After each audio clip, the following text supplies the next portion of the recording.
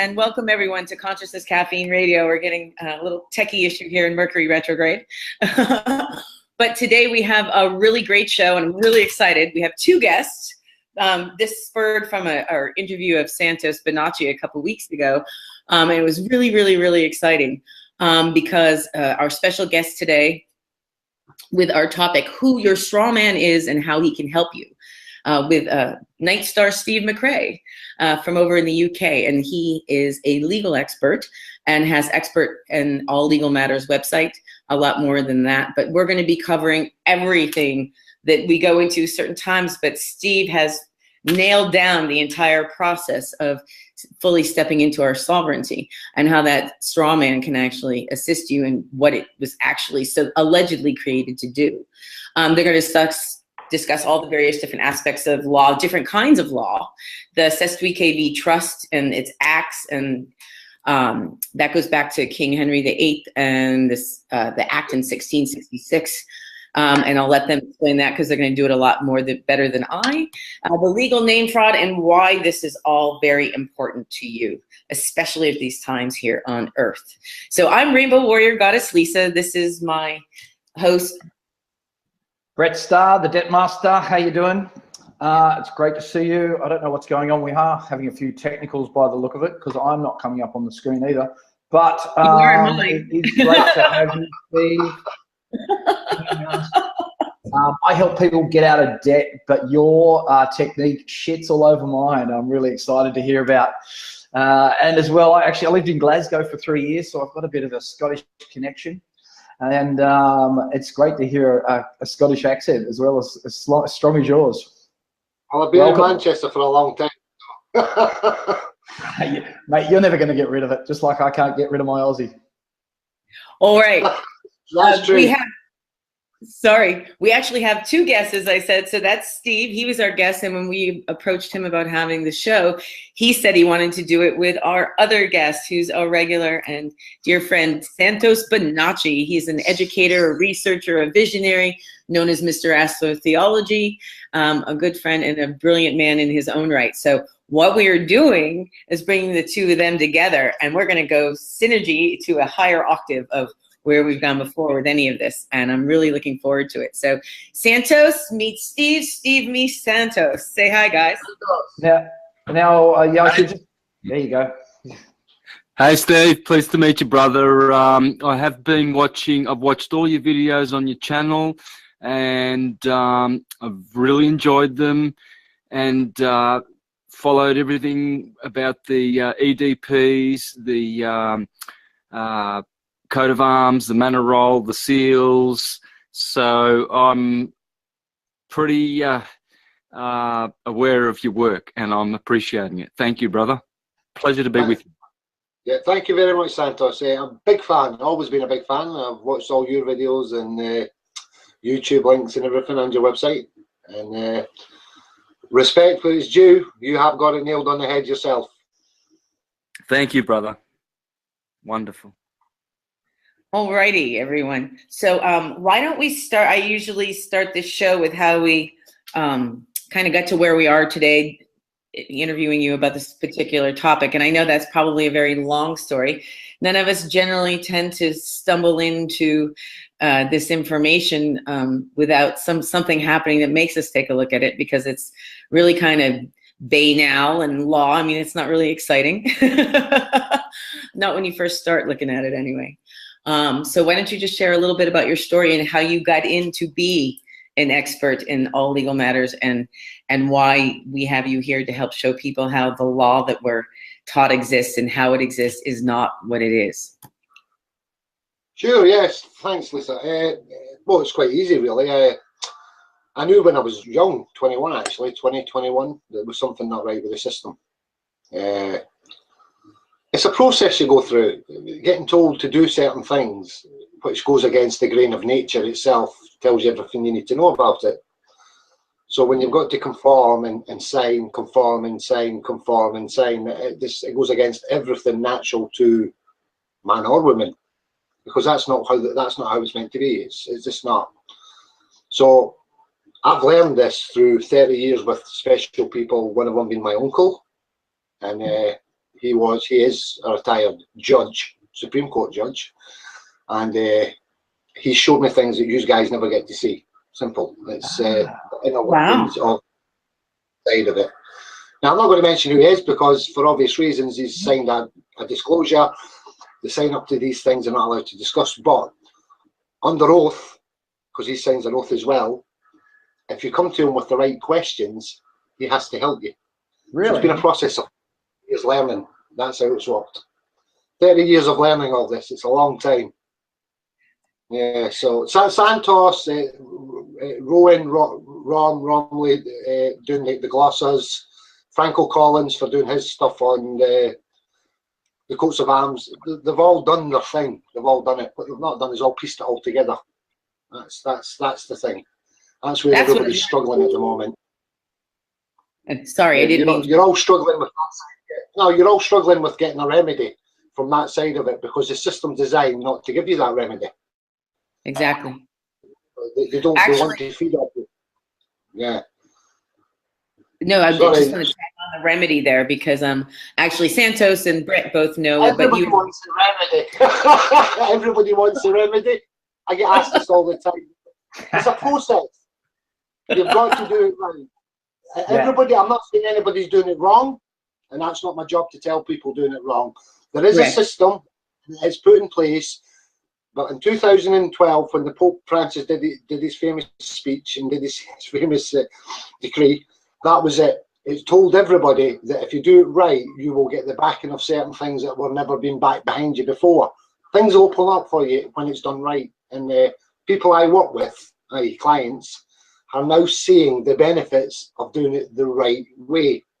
Things that were not accessible are now accessible to them, and this is where the conflict is, because they gradually corrupt through generations of time.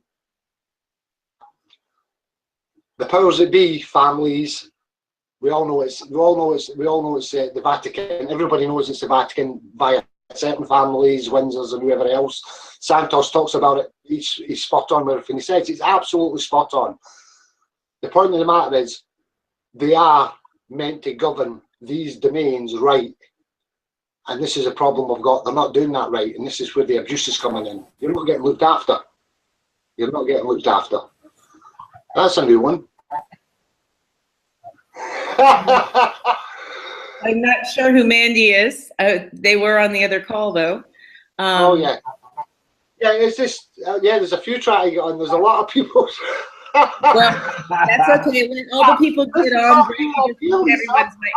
everyone's we're all good. Started it. Brett just mutes everybody's microphone except for ours when we get to the question and answer session, and then we can open up the mic, and they can type their questions in the comment box. That's our new Rainbow Warrior Circle. Everyone can have a discussion in the comment box.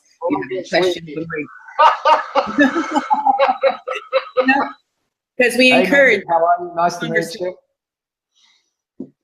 Hi, Mandy. We encourage conversation and questions once we get to where we're going. But I really want you to bring out a little bit of the information, just how that's done. I myself and Brett and Santos know my story, but what really I had already seen kind of the big picture pretty much without getting really detail oriented about it. And I was a single mom and I lived outside the system. I did the whole, and unfortunately, long story short, it led to my son being taken from me, being accused of being a conspiracy theorist and not vaccinating, medically abusive, et cetera, by my mother, of all people, who couldn't handle the truth and was using the school system because she wanted him to be raised normal, watching television, not having long hair, not being allowed to wear pink t-shirts. Boys don't wear t-shirts, things like that.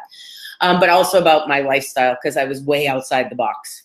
I already wasn't paying income taxes, and she was like, what's going to happen to you? You don't have any credit. You don't use credit card. How are you going to, you're a mother, blah, blah. So long story short, and it started me on a trail, and it also had to do with Kundalini awakening, but over 7 years ago, and eventually led to a trial where I presented myself sui juris, not realizing that trying to show up as being in the private in a public was BS. And then I met a really good friend who was one of the OPPT trustees, Caleb Skinner, and we became friends, and he kind of really helped bring me up a whole nother notch, as well as interviewing Santos for years, really helped expand my knowledge. But I've authenticated my son's birth certificate only at the state level because then they were co-opting them at the Fed. I have a passport with all zeros, but I'm looking to see what your information can do to help me weave it all together, but also as well so everyone can. So I just wanted to let you know my investment in the story, because I know my soul and my son's soul are going through this so that I can do this work, and we can all here, like we're all doing our work, bring this information out so we can help free humanity. You know, they need to free themselves, but they need to have the information to do it first. Yeah, but they need to. Yeah, you're quite correct. It's a long process. It's a learning curve. You're learning. It's always learning. Mm-hmm. The best way to learn anything is to listen to others, and then try it yourself. Until you actually start the process doing this yourself, you're never really going to understand, because you're going to be conflicting with real and not real, because legal is not real. Yep. It's not even by consent anymore, as we all know. Try America, Australia, Britain. There's no consent. We don't even have a prime minister by consent. It's that simple. It's not. She's not been voted in, but yet she is the prime minister of Great Britain. There's no consent there. Do you see where I'm going? The rule of law has been broken. It's been broken. Simple as. The greatest things that has just been pulled over everyone's eyes, isn't it? It's just that classic thing. It's frightening. You're right, Brett. It's absolutely frightening. See, Santos is on about it. He goes on about how everything, so does Romley and Frank, about everything is owned by the Queen. They are quite right. There is 3 major cities: the Vatican, the Queen's Domain, which is the Milo in London. Oh, we're going off again. But I know what you just said. You said it's the 3. I call it the access, the unholy trinity. But you're talking about Washington D.C., the City of London, and England, the Vatican. Absolutely correct. Absolutely correct. They are the 3. But the main one is the Vatican, as Santos quite clearly tells you. But from the Vatican, there are certain families that run them all, and he's absolutely correct. The point of the matter is, everything is still run out of Windsor. If you look at everything straight through, no matter through the histories of time, you'll find out that the blood-related families have always come from the Vatican via Windsors or previous generations of kings and queens prior to that. So you can see the lines, how they connect from them ones. That's simple as. Now, Australia, take Australia, because that's where Santos, Romley, Franco Collins, they're all living. I love this one. This is excellent, this one. The Queen is pulled out, but she's brought in the legal side of it. Now, under the law, the real law, you have got no remedy, because you're all still dead, lost at sea, delinquents and wards of the state via the birth certificate. So then you all get rid of them, hand them back, and then you've just not done anything here. This is why you're getting constant conflict, or what should I say, getting abused, basically, because that's what you're all getting, abused. You need to change the way you're doing that. See, once you get your estate in order, like Franco Collins, and he talks quite a bit about this, Frank, and he's got most of that right. Once that's done and it's been logged in and been put on notice for everybody, yeah, certain things open up to you. You have just not found out what they are yet. Now, the people in Britain that I deal with and other places have got access to things they've not had before, and they're getting it sorted through the real as well as the legal. This is a difference. We're working both sides. We're doing it. We're live. We're doing it. It's Helen is the first one in this country to do it the way it's supposed to be done. Helen Ann Gardner is the first one. That's why she's on the website. She's asked me to put everything to do with mortgage fraud, everything up there. She's doing absolutely correct. She has now got the real police involved, who are now looking at the land register, the mortgage companies, the banks, the solicitors, everybody, including the police as well, which is the Met Police, because they're not the real police. I hate to say it, but they're not. They are a corporation. Mm-hmm. The City of London Police, they are a corporation, but the difference being is they are the overseers of this domain. That's who they are. Every country has an Attorney General, yes? You have an Attorney General in America, you have an Attorney General in Australia. Everybody has an Attorney General, yes? Yes. Can I ask first, though, Steve? Yes. In my research, I found that the police officers actually have 2 duties: to act as a peace officer, what we think a police officer is supposed to be, and then as a statutes and code enforcer, which is their corporate, and that No, rules over. no, that doesn't rule over that. That's not that. An oath, when an officer takes an oath, it's an oath to the sovereignty of the people, just like a judge. Yep. It's an oath to the sovereignty. It's not to a corporation. This is why judges don't sign anything. This is why nobody signs anything, because the minute they sign it and you've got your house in order, proper damages back through the real courts and the real police, which get involved rather quickly when you're a private estate. As Helen has found out, it took her since March to now to get the serious crime squad involved, which are actually doing it, and they're actually bringing criminal charges against all these fraudulent corporations for concealment, fraud, everything. This is things we don't show you. We don't show you this on the internet, and we've been asked not to, and there's a good reason for it, because we've spent the time with Helen. She's got her coat of arms done. She's put her notice out in the paper. She's done everything she's supposed to do in law, and she collects all the evidence. She goes through all the legal departments that you're meant to do, because it's a list system. You've got to try that first, and then once it comes back and they're all bent anyway, or should I say fraudulent and concealing everything, you have now got the material evidence to move it forward to the next gate, which is then the different law side, which is the real law, which is a serious crime squad. They will have to act in it because you are now a private estate. You're outside the realm of legal.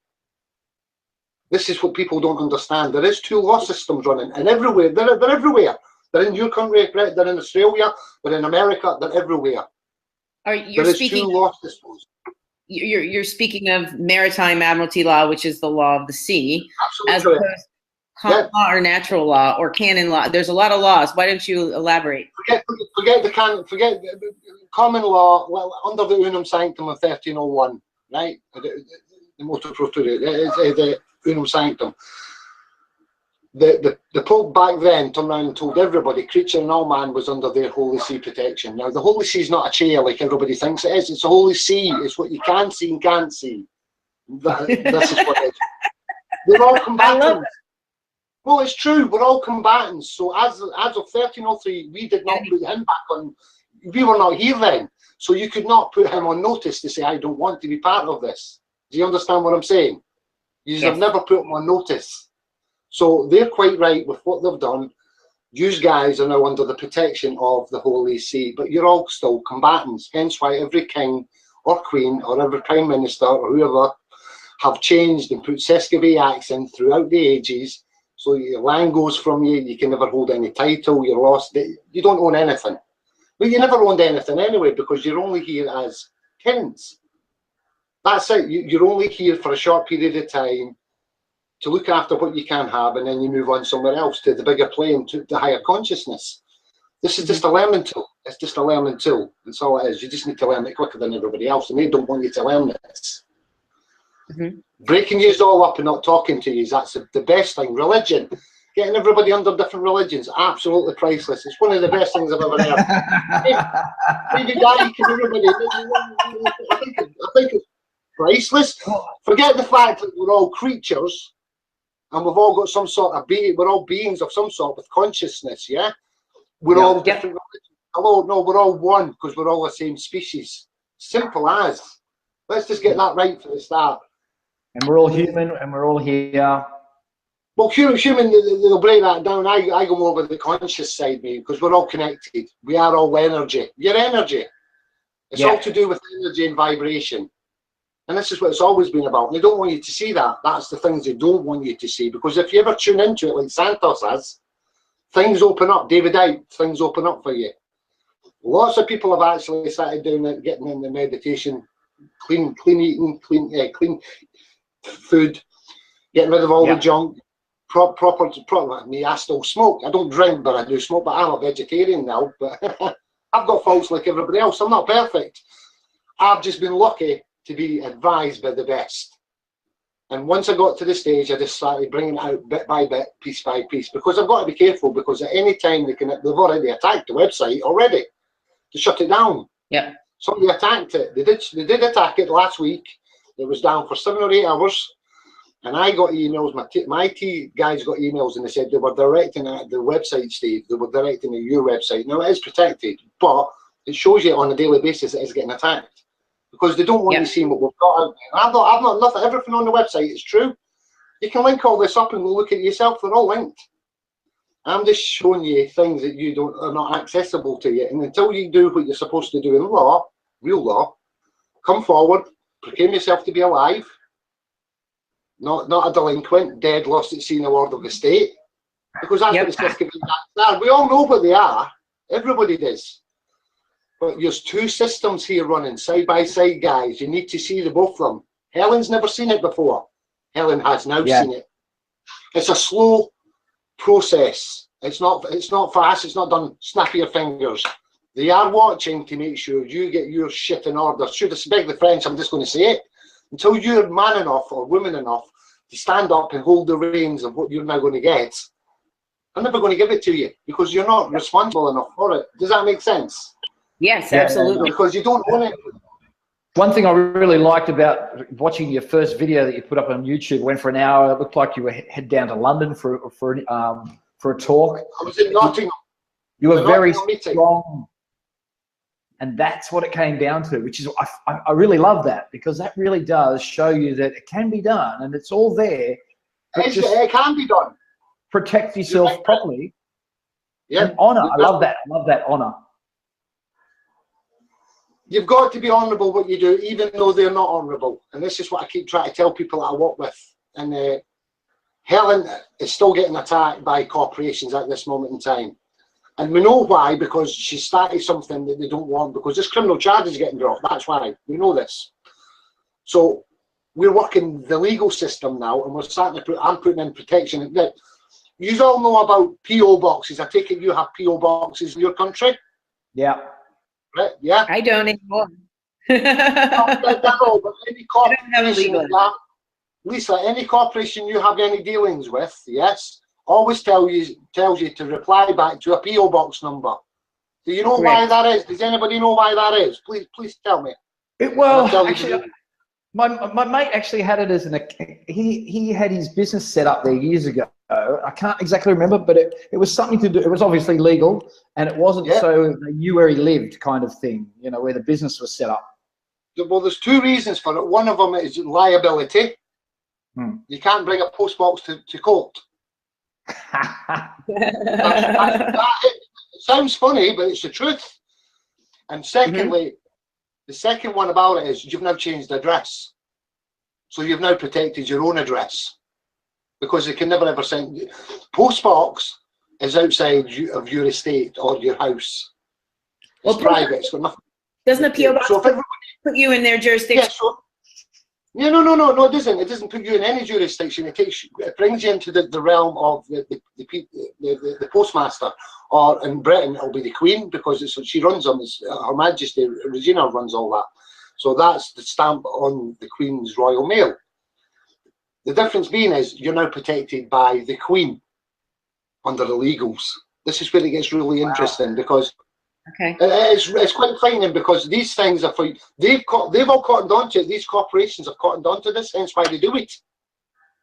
This is why you guys have not done yet. You need to get that. The first thing I would do is go down to my local post office and change my address to get everything sent to a post box. First thing I would do.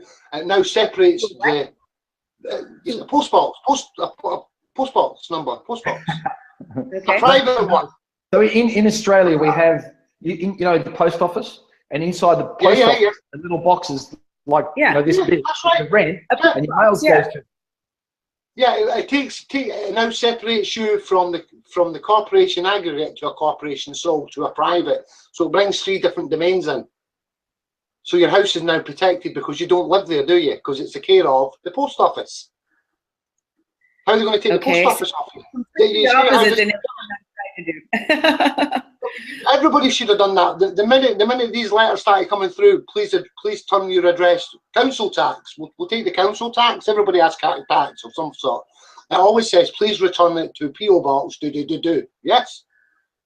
It is. I just wrote, I do not consent across it and mailed it back and never heard. I can appreciate that. I feel for that, and that's a good thing, but it doesn't work very well. Trust me on it, because it's still coming to your house. Yeah? It's coming to your house. You don't want nothing coming to your house, do you? No. So get a post office. So get a post office box and get everything redirected there. That's your new house. I actually have no mail. I left the US 3 years ago, and I've been living around the world. Yeah, you can't do that. At least you're right. You can do things like that. You're spot on. Personally speaking, I would get myself a post office box number and get everything put into it, no matter what it is. It separates the legal from the real. It separates legal from real. You're now protecting your estate on another level on the legals. So when they come to discharge any deeds on you or charges on your estate, yeah, instead of post box, they've got to hit first. Then they've got to take on whoever's in charge of the post office service on whatever country it's in. Do you get my drift? So I can have a post office box in Bali and do the same thing. Absolutely correct. Keeps everything out your estate and keeps it private. This is what I recommend everybody doing, because they do it to you guys. Do it back. Until you get the house sorted and get it all sorted, play the game. It's a game they're playing with you. It's a business transaction. This is all it is. It's nothing personal. I know it is personal. Oh, Santos. Yeah, can I jump in? Santos, I don't think I've ever had him need to be this quiet ever in any show. I really Santos would like to take this. Yeah, I want to be doing more listening than speaking tonight, for sure. Just a question. So are you saying redirect your mail to the post office box, or change your address in every place possible to the post office? Absolutely correct on the second one, Santos. Absolutely correct. I recommend everybody do that. Everybody should do that, because they do it to you guys. So do it back. So would that be on a license, like a driver's license? You go in and you say you want to change your address, right?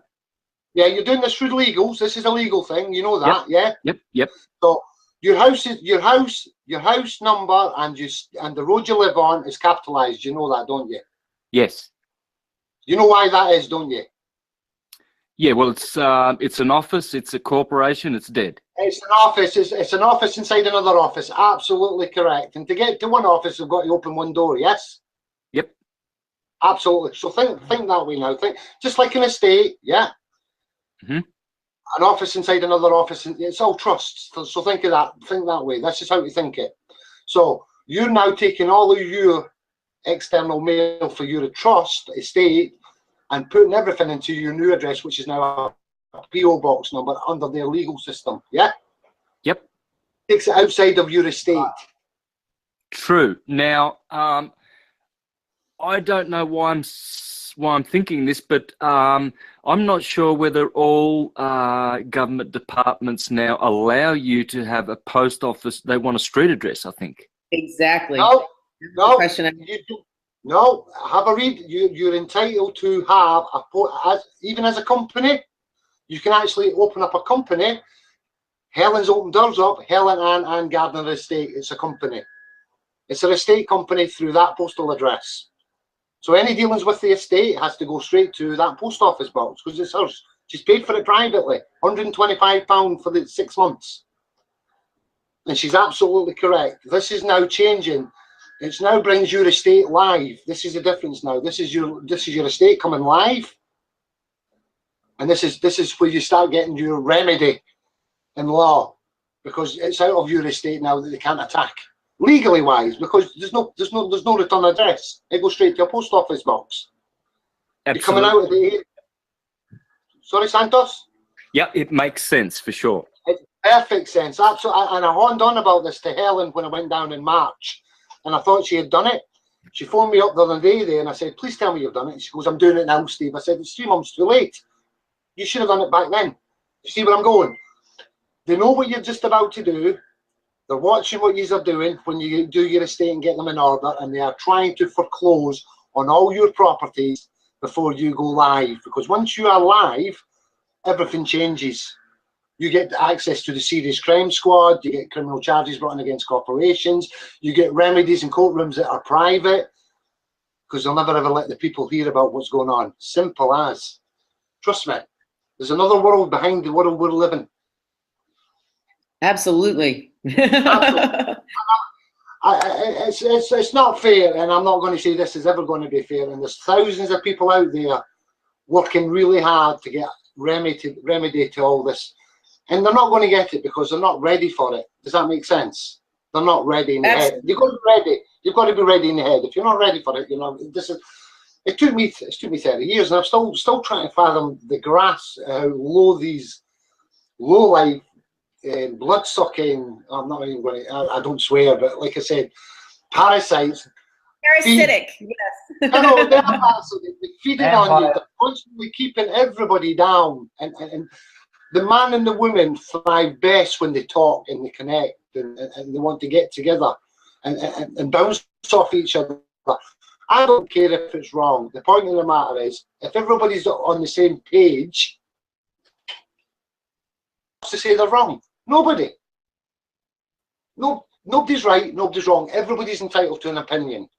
It's just their system is so wound up that you guys are just going to keep going round. And I hate saying this, round and round and round. You're looking for an exit, you're not going to get one until it's done right. Sorry, I'm going to say it as I see it. I'll just come out and say it. No, that's absolutely perfectly how I perceived it, and that even when you think you have an out, that there's another string. And to be honest, I'm just like at my wit's end. So I know there's ways, and there's been different people, and I have friends. My passport I have is all zeros. Well, it's not attached to Social Security. This is the way out. Right. See, every country has a certain legal or statute. Yes. Yeah. Every country. Many of them, usually. Yeah. Right, and in that statutes and acts, you have certain things like the Data Protection Act, subject access request forms, information. You've got these things that are accessible to you, yes? Yes. Santos, yes? Yep, sorry, I was muted, yes. Yeah, so you've got all these things that are in your domain now that's on part of the legals, yes? Mm-hmm. Everybody has a birth certificate, yes? Yes. Yes. Everybody has a national insurance number or a social security number, yes? Yep. Would you agree they are would you agree they are unique to you? Yes. Would I agree, would you agree that they're unique to you? They're yours. They're not anybody else's. These numbers are your ones. They're not anybody else. There's no two of them floating around. There's only one. Actually, you're right. Because actually, when I changed my license, when I changed my driver's license and I went back to New South Wales, I hadn't been there for 7 years. They gave me the exact same number back. Absolutely correct, because you're already in the system. You've been there a long time. You once you're born, you just get allocated a number. These things have been set in motion for a long time. You get born, everything gets put in place. Otherwise, they'd be catching up all the time. Does that make sense? Yeah. Yeah, it's like a UPC code for you. Yes, it's like a UPC code. Yeah, exactly the same thing. Yeah. So the most powerful tool you've got in their arsenal, which is legal to protect you guys, is the Data Protection. Yes. The Data Protection Act. You have a Data Protection Act in your country. A Data Protection Act. Or a subject act. Yeah. You got nothing. None of these things in your country that protects you, so you can actually, when you ask something, they've got to give you full disclosure of it. Surely you have. You must have. To be honest, I stopped really getting into any of the focus on what was going on in the mainstream, and after the NDAA, that was the last one I looked at. They have they have a million acts, and they're constantly adding and passing and repealing them and putting in other little things that smuggle things under. It's all just such bullshit. But it basically just is, every act, like the No Child Left Behind, does exactly the opposite of what it professes. Obamacare, that had nothing to do with helping anyone. Let's kill them quicker. Kill them quicker. Absolutely correct. Yeah. But there is system. There is things placed in every system and every domain that helps the man or the woman. Helps any man or any woman if you've not committed a real crime. A real crime I'm on about, not a legal or act or a statute. Not a statute or code violation, but you've done harm to another person. Absolutely, or trespass or do any torts or anything like that. These are things that are for your protection. You need to act on them and use them properly. You're entitled to full. Everybody, no matter where you live, is entitled, when you ask, to get full disclosure. The minute they don't give it to you, would you conceal that as concealment? If somebody doesn't give you what you ask, the minute you ask for something and you don't get what you've just asked for because you're attached to it, would that not be classed as concealment? Yeah, absolutely. Yeah, Absolutely. but that's correct. my son, the perfect example, my son. Absolutely. Now, the process is under the legals, you will never get any higher than in whatever state police or criminal, well, not criminal, because you won't get to the criminal yet. Any of these domains for like in our country, we have, there's a process. We go to the Met Police. They direct us to action fraud because it's a civil offence. Yes, civil. It's not criminal. Yes. So that's how it works in our country. From then, they investigate the fraud or the alleged fraud. They say they investigate. Yeah, that's it. No, but this is beautiful. This is beautiful. No, but this is what it's all about. Let them do their job. You're just waiting on the evidence, aren't you? Yeah. Yes. What kills somebody more than anything is the paper. But a dead legal entity in a city of... You don't need to argue with the paper. Your Honour, it's all here in black and white. Have a read. I've not said this. This is what these guys have sent me back. Look, they've said, look, I've given them all this evidence. They've turned around and said, this is not fraud. So if they've said it's not fraud, yet we've got the evidence to prove it, has he not just broke his duty of care to you? Because he's overseen. Duty of care has now been breached. So that means his oath's now been breached. Yes. So then that means there's no rule of law. Yeah. No rule of law. Absolutely correct. If you're all stuck in illegals, you're only going to go round and round and round. Yes. Yes. The minute you have not legally. Legally is legally actually, the minute. Well, from my friend Caleb's perspective, him and Heather Tucci and this other guy Randall, when they did the OPPT filings, they did the LUCC1 filings and hand-served Rothschild a claim of slavery, demanding they stop enslaving humanity with fractional reserve banking and fiat money. And when they talked to the House Counsel to see what the response was, what do you think it was? The only thing they could have done. There is no response. Otherwise, they would have been giving themselves up. But on paper, even the legalese itself, created in its own structure, was undone in 2012. All governments that are all listed as corporations in Washington, D.C., and all banks were dissolved. So they're not even exist in legalese. It's all more than a complete fiction now, yet they're still going because people give their consent. Consent, absolutely correct. You've all gave consent to this, whether, like Santos says, the minute you sign something, you've gave consent to it, whether it be a driving license, a passport, council tax, anything, bills, charges. As soon as you sign it, you charge it. There is no debt. There has never been any debt. You could find debt tomorrow if they wanted to. All they're after is your head in trust, because it is there and it is waiting to be claimed. And there are certain rules to it. This is why there's only 1% of the world got it, guys. Yeah. Simple as. Yeah. It's a bit odd that only 1% of the whole world are super rich and everybody else is poor. Yeah. It says everything you know about societies we live in. And it's cruel. It is very cruel. It's not nice. But do it right. Keep an honour. Carry on forward. Get the evidence. Yeah. Evidence. It's all I work on is evidence. Once you know who you are, and most people don't know who they are, but once you do, Santos, you know who you are. I know you do. Brett, you know who you are. Lisa, you know who you are. There is thousands of you waking up on a daily basis, yes, and this is all like a minefield to you, and it's designed that way. It really is. Personally speaking, I've just had insight from the other side because of my uncle. That's all I've had. I've been lucky. He showed me things that you guys would never. Given that gift for a reason. Yeah. Given that to bring it forward. The website's up there, and I put as much on there as you can see, and there is a lot on there. There's something there called a live born record signed by the Queen. Santos, you know more about this. I know a lot about it. Right here. There's something called what? The live born record signed by the Queen. It's to do with the Philippines. He knows all about this. Yep. You certainly do, brother.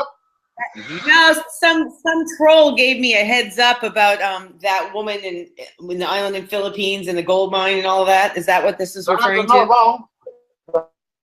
Not gentleman in question. It was 46-year-old that actually got the certificate of a live birth signed by the Queen. Santos. I think we've lost him. Yep. No. Yeah, I had my mute on. Yes. I saw that. Let's go here. Santos, let Santos give us some enlightenment on this live born record. I got mine in 2013 when I heard about it, and I wish I had done something with it because I was following Franco Collins, but it got a bit too complicated for me. But you're just talking about the live born records in general, yeah? No, just the one that's been signed off by the Queen for that Santos, whatever his what was his name now? I'd have to pull it out of the records. It's he actually proclaimed himself to be alive and then got all the gold after it 3 weeks later.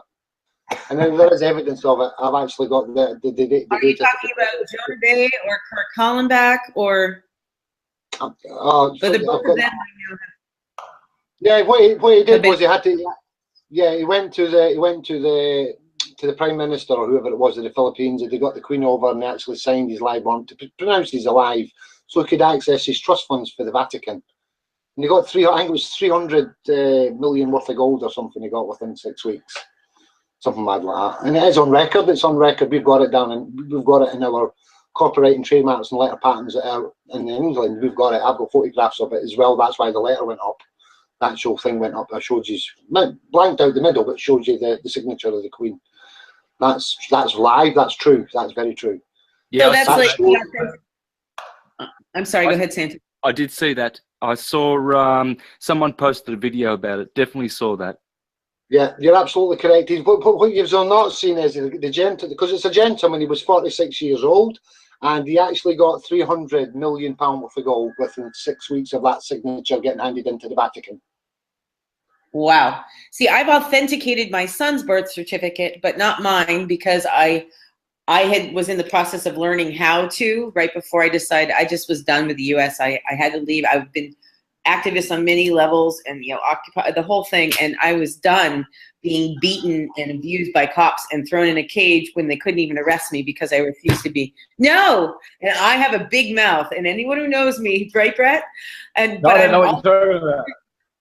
I don't stop. I'm dedicated. When something is wrong, like that's why I read that thing about anarchy. When they see something going wrong, anarchists, they don't let it sit. And I've always been about truth and justice, and just everything is wrong, and I couldn't stand it. And I couldn't stand that everybody was calling me a freak and that they were all sitting there contributing to it. And I'm like, you know what? I got to go find my, and on Martha's Vineyard, I'm from Martha's Vineyard, this really tiny island in the US where Clinton and Obama and Soros and everybody's summer, and all the vast majority of my fellow islanders, well, aside from the fact that, well, I'm not even going to go there. Let's just say that there's a large part of the populace that's not very bright. You know, it's a lot of slave, you know, I'm from a Portuguese family, and, you know, collectively, it's all about serving the rich, and all they want to do is have the Clintons or somebody like that as their client, or wave at them and, you know, be well liked and make money. They don't want to wake up. So I left. No. And I got sick of all the paperwork. I did all the filing, and then I met Caleb. I'm like, okay, now I got to do the UCC1 liens. And I'm like, I'm over here, but I authenticated my son's birth certificate at the state level. And we didn't do the federal because really the state is the one that owns him. The federal is just the one processing the transaction. But we didn't do the federal because they were keeping certificates that were going in to get stamped and sealed. I haven't done my own, but I have a 000 passport. I know there's a process to eradicate your social security number, but what you don't know, I'm sure you heard about everyone accessing the birth certificate, the TDA accounts and all that. And yeah. They're not yours. They're not yours, they're companies. No, I get that, but I think that everybody doing. You try to steal the money out of that because that's what will be class stealing, because somebody else has already bought the privilege of that because it's a bond. It's a securitized bond.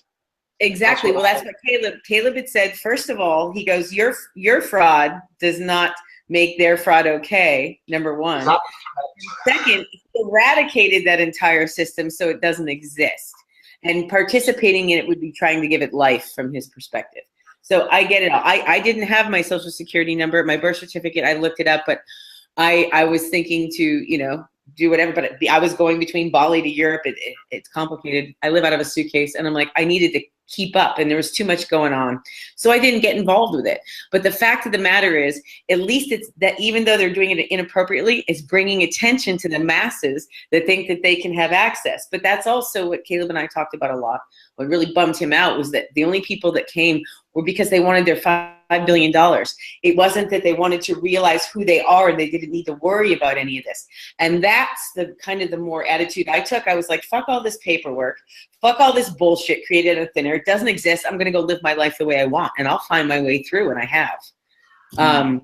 You know, and but I don't give a shit. They can send all the paperwork. I was teaching people about not paying income taxes many years before I had my son stolen, and they never came after me. They don't want me in a court of law. They don't want me to share more information, you know, and that's actually, is it not true that when you do completely reclaim the private, you have to stay in the private and can't publicly? That's it's trespassing. It is. It's trespass. You're absolutely correct. It is trespass. You're right. And in their system, it is called trespass in their system as well. Trespass of treason. Yes. Can I back up just a little bit, because we kind of dove right in. I'd like to just quickly, and then I want Santos to ask the next question. I want Santos to talk. I love listening to Santos. Okay, so let's have Santos. There's kind of some kind of bromance going on here, isn't there? We don't even know about it. Yeah, I think we're blowing up. Don't be knocking it now, Brett. Don't be knocking it. I'll ask you this question, Santos, then. Why don't you give a brief synopsis, because it's what I put in the information for the show, about how the Sestuy KV, first King Henry VIII, and how he stole all the wealth of the poor people, and then the Act of 1666, and how that transcribes to where we are now, just briefly, so people understand how that particular declaration by Henry VIII, and then I believe it was the act that was passed in 1666, and then Queen Elizabeth did something. They kept jacking it up more and more. Oh, you can't have access. We take all your land. You can't have it. And then, oh, well, you know what? You can, but, you know, only within 20 years. If you're not there within 20, if you don't claim it within 20 years, it's gone and you can't have it, and et cetera, et cetera. Could you just explain the Sestuy KV a little bit and why it has importance into this discussion that we're having at this second? Okay, well, to understand the Sestuy KV Act, you need to go back to Pope Boniface VIII, which Steve has already mentioned. He created Unum Sanctum, which is the first express trust papal bull in history. And 3 more were to follow. One was in 1455. The other one was just 10 years before Columbus set sail.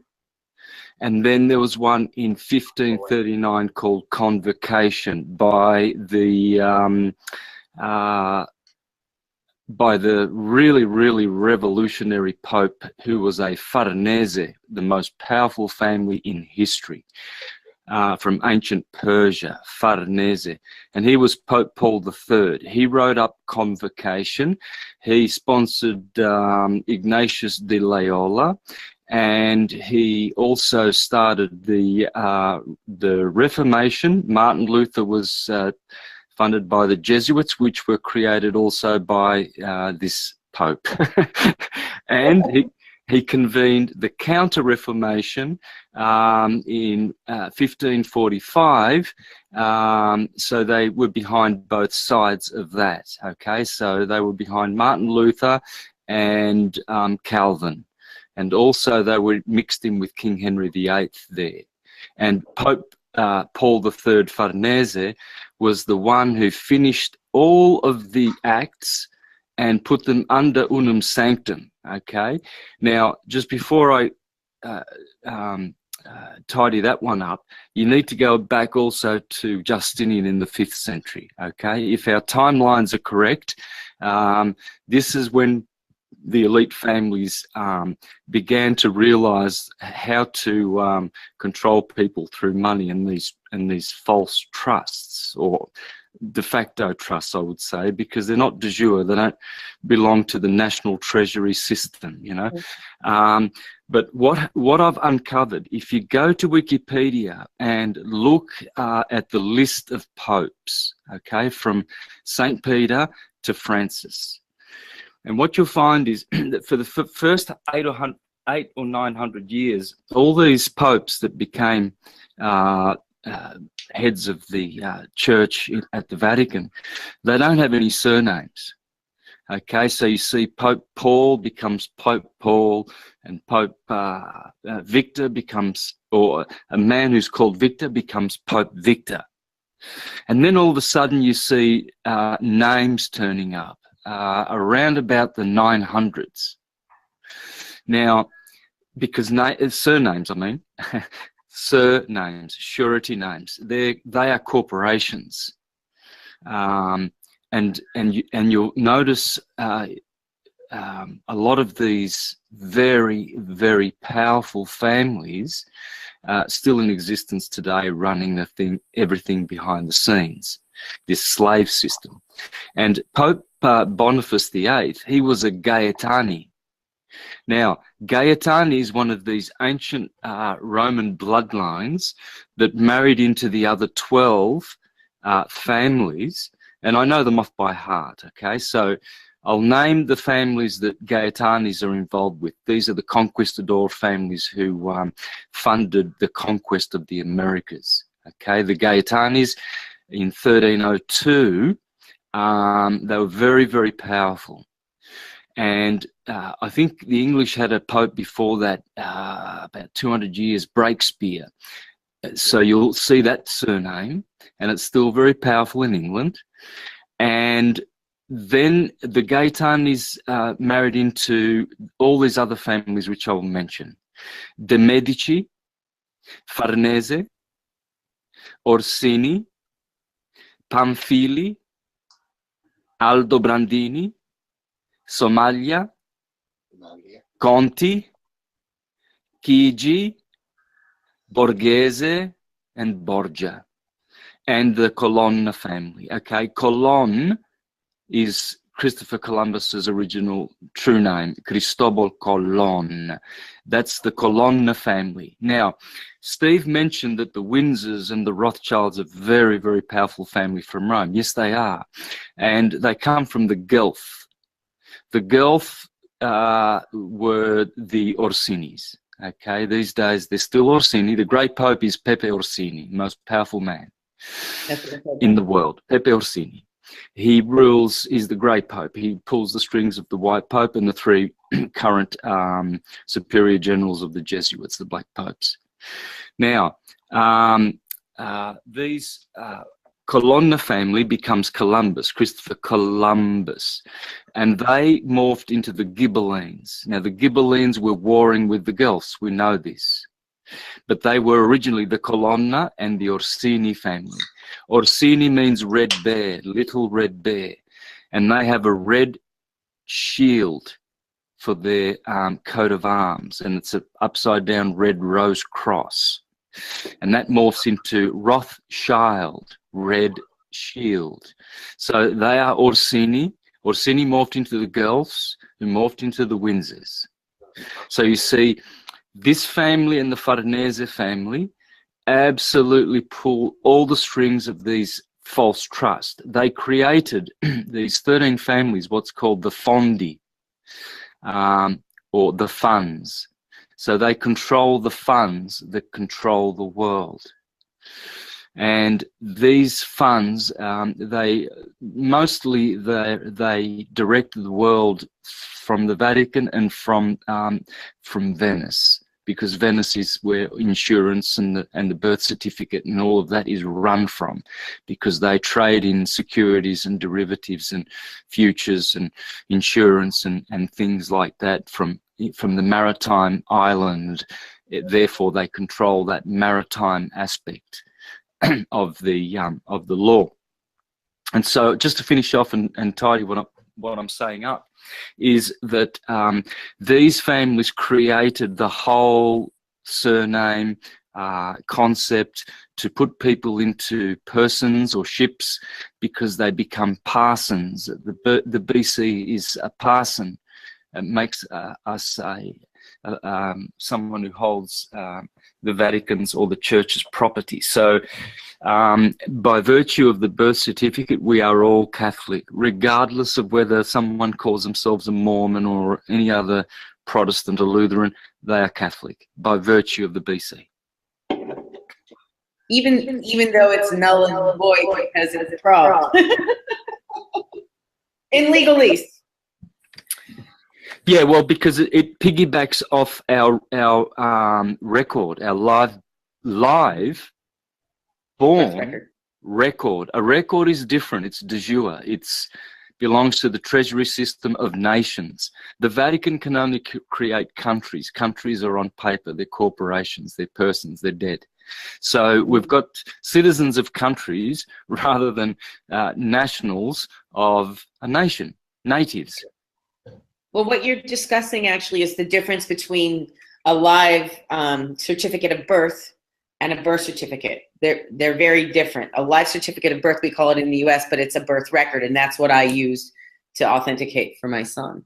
That's the one you need. The copy is no good. You need the live one, and then get that sealed. And what that does at the state, you can do it both at your state level, which in our country, you go to the Attorney General there, and you have it a specific seal, and that frees you in there. And then you go to the federal, which was John Kerry before the election, before I left. I don't know who it is now, and I don't care.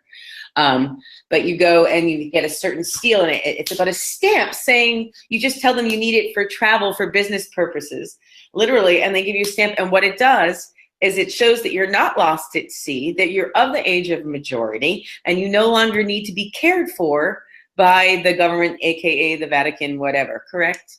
Scenarios without getting arrested or being thrown into a psych unit for speaking in a court talking about all this stuff, because the judge will send you for a psych evaluation and think you're crazy in front of everyone. I did that enough too. No more. Yeah, so how they roped us in is they created plantations. You see, the first 13 companies which morphed into colonies, which morphed into states, those 13, they go back to these families, and you'll see that, you know, they have District of Columbia. Well, that's the Columbia family, the Colonna family, the Ghibellines. Yes. Okay, they're still there. They're from Genoa, whereas the Guelphs were from Venice. The Genoese went westward, and they funded through Columbus. They funded that. It was a conquest from the start. They brought diseases over there to decimate the population. The Borgia Pope Alexander VI in 1493, when Columbus returned, signed the Treaty of Tordesillas, and then he carved up the Americas, the Borgia family. Everything west of 1,500 kilometers would be Spain's, and everything east would be Portugal's. And so then England and the Guelph power faction there, they wanted in on that, so they conquered North America. And the French also, because they didn't like the Borgias, the Spanish family, very powerful family, you know, from the ancient Carthaginians. But these bloodlines, they're still there. And I just needed to finish with how they made these plantations, and they roped us in, telling us that we were going to be free from the Inquisition of the Dominicans. But what they didn't tell us was that the Jesuits took over. Okay, the Farneses and the Borgia, they founded the Jesuits with Ignatius de Loyola, and they would forever control left and right, the Protestants and the Catholics. And the New World Order has been around since then. It's not coming. It's the Sestwit the commercial dead person system, which has piggybacked on God's law, which is Democratic Republic constitutions. Australia has one. It's called Federation 1901. We have a beautiful constitution, and that is God's law. God's law that we turn our backs on is our national law, because our nation is our God. You know, so this system does not reflect on any peoples. It's, you know, run commercially out of London. It's run militarily out of Washington, D.C. It's run religiously and ecclesiastically out of Rome. But those people, the Italian, the English, and the Americans, they are national good people. It's the corporate empire that has control in these countries, or these nations, I should say, that probably gives them a lot of hatred. But these families, they don't have any loyalty at all to the nations where they operate out of. Yeah, the Persian bloodlines, the Farneses and the de Medicis, the names tell you all. Medici is media, the Persian and the Median Empire, and they control the media and the medical big pharma industry. Yeah, that's the Medicis. And then you've got the Pallavicinis. They created Islam and they control Islam to this day. If you put in 2 words in YouTube, Pallavicini, and that's one of the 13 families, and then next to it you put Islam, and you'll see all the prominent members of this very powerful family controlling everything to do with Islam and terrorism. Brett, can you just mute the microphone? Yes. He was telling his friend's daughter that he's... Sorry, I can't talk. I'm live on YouTube right now with Santos Bonacci explaining how we fix how the world gets. Not to laugh at what you were saying at all, but to summarize or put in plain, straight, you know, English that a lot of anyone would. I don't even care about the word English, but language. This is the real mob that we're talking about, and this is the real conspiracy that exists. And that's why they put so much focus on the Italian mob movies and The Godfather and all this, because, you know, there are groups and families like that. I know, I've met a bunch of them. They're different. They're the lower echelon of these, but they want to put the focus on that. Just the way, instead of talking about the satanic pedophiles of power and their satanic ritual abuse and their black magic and all the rites and their sacrifices and all this, they want to try to put the attention, oh yeah, the human trafficking, the missing children, this one pedophile. No, it's not this one guy or a porn ring. The whole thing, they let it out there, but they only let the lower echelon people take the hit. Just like, you know, Abu Ghraib, you know, those orders to beat and abuse and murder those people and torture them came from high in the military. But of course, only the guy taking the orders that had to do it is the one getting in trouble. The same thing on a global level, correct? Yes, absolutely. Yep. That's how it works. And so you see these families, the Rothschilds, and Rockefellers, they come from these bloodlines. You know, their names tell all. In Egyptian, Ra Kafar means the banker of the pharaoh. See, the Rockefellers, Ra, Rothschild, Ro is going back to Ra, to Egypt. The names tell you what they do and where they originate from. And these families are only interested in empire. Originally, they had their hearts set on the Americas and Australia, and they were going to make a prison planet. And so that's why they sold the conquest of the Americas as if people would be going to freedom, to escape the Inquisition. But they brought the Inquisition there because they brought Admiralty law. They brought the Venetian system, the Dog Latin from Justinian. They brought this. What they did was they allowed nations to be set up, because you can't break the spirit of the truth and people. So nations were set up correctly, but the Vatican would always come back through the back door and reclaim her original plantations and companies and colonies, and trace them back to these 13 families. And that's how we got roped in, because we thought we were going for freedom, but we were going for a commercial contract instead. Yep, and of course this is probably even pretty much common knowledge, I would think, and even the lower level truther circuit, is that, you know, even our Revolutionary War was funded by King George, funded both sides. Didn't matter who won, as long as the Indians were killed. And that there was some kind of winner who was perceived as the correct one. And then it's all divisory. It's about creating division, separate and destroy, because that's how you weaken. And I remember seeing on your website, you put a big, you spoke initially of surnames, Santos, when you went into that lovely, eloquent explanation as to how we got here from those 13 families. But ironically, 13 is numerically, at least from my study, is completion. That's the final number.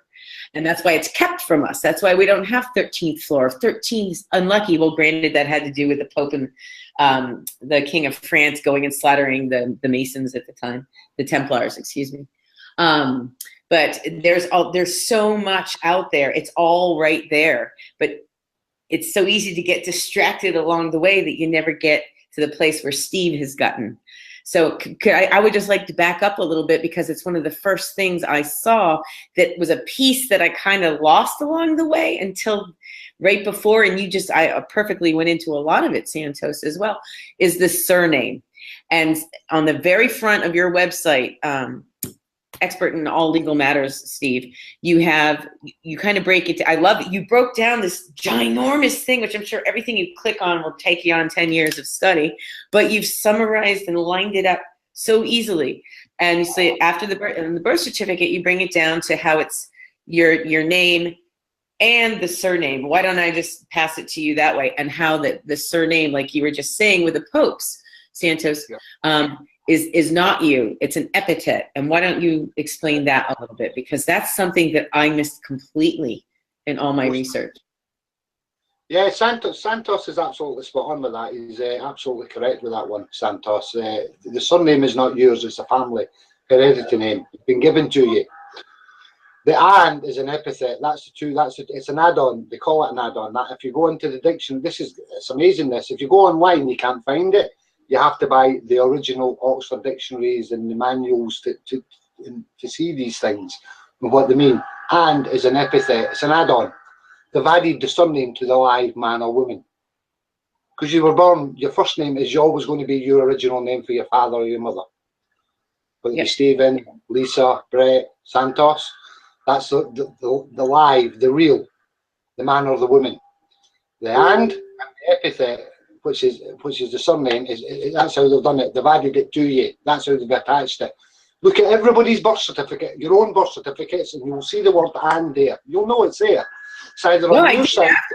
I have it with me. I travel with it. I don't keep it anywhere because there's always something else coming out about it. So that basically is the name of your slave master clan that was filtered down. So I can absolutely. Santos is spot on with that. That's how they've done it. They had to attach you.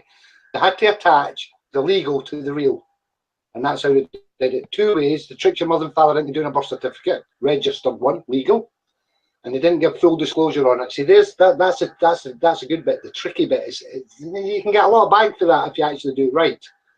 They've got to give. Well, I knew that I didn't want to attach myself to the last name. I mean, I am a woman who stand. I stand on the land, and I'm commonly known as Lisa. I know this piece. I didn't get into that. Actually, the surname was how it tied to the clan and how you can actually trace back to what wealth you have. And it's not just wealth, because this is what we talked about. We talked about this with the TDA thing. It's not about getting $5 million. I already live my life the way I would if I had $5 million. Maybe I would actually not maybe, I would mandate that I prioritize myself and my pleasure more than trying to do my work. But this is what gives me passion, speaking the truth and finding solutions. I can't go out and sit there and enjoy being in beautiful Bali or, going out in Prague and doing whatever, truly, because I know how many people that are starving and suffering because this truth isn't out. So it's more need, So the birth certificate is a trick of all tricks. It's what we call the trick of all tricks. To add the I and then the surname onto it, because they are separated for a reason. It's bringing an add-on. It's an epithet, right?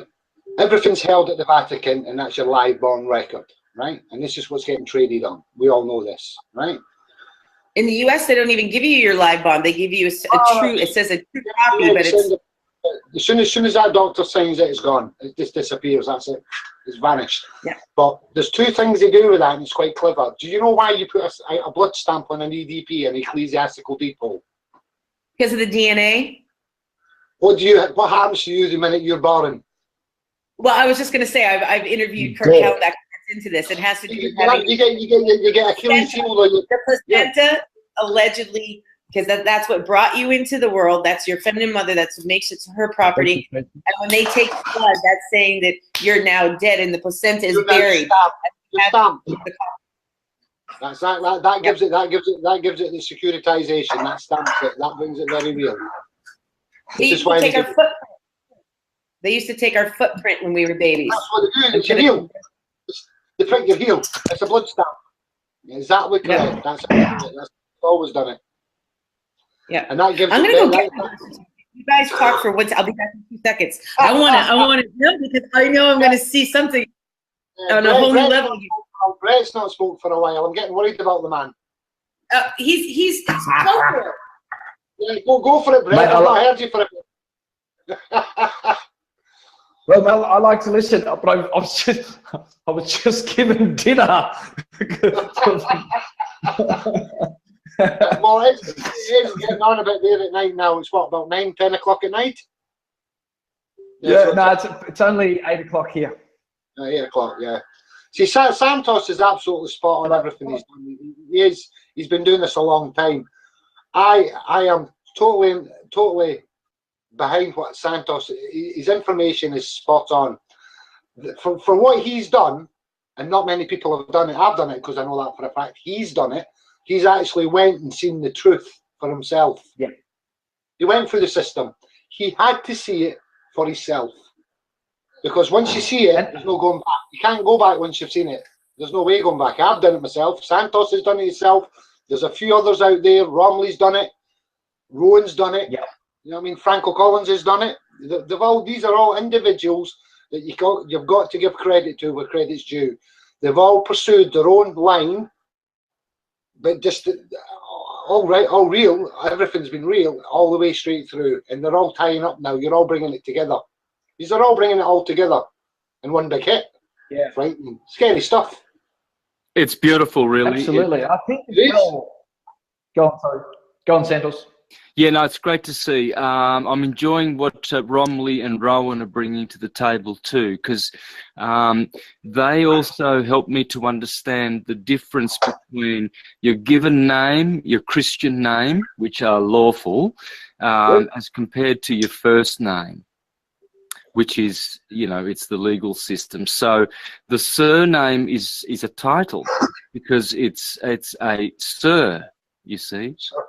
A sir is a title. So when a policeman asks you for your full name, well, in my case, it's Santo. I don't need to give Bonacci because that's not my full name. My full name, my parents only gave me the one name. I was named after my paternal grandfather, Santo.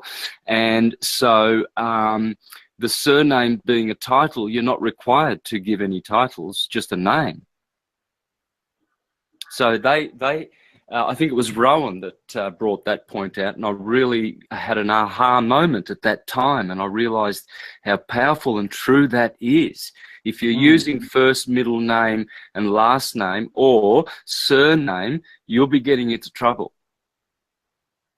So can you use just your one name? Yep.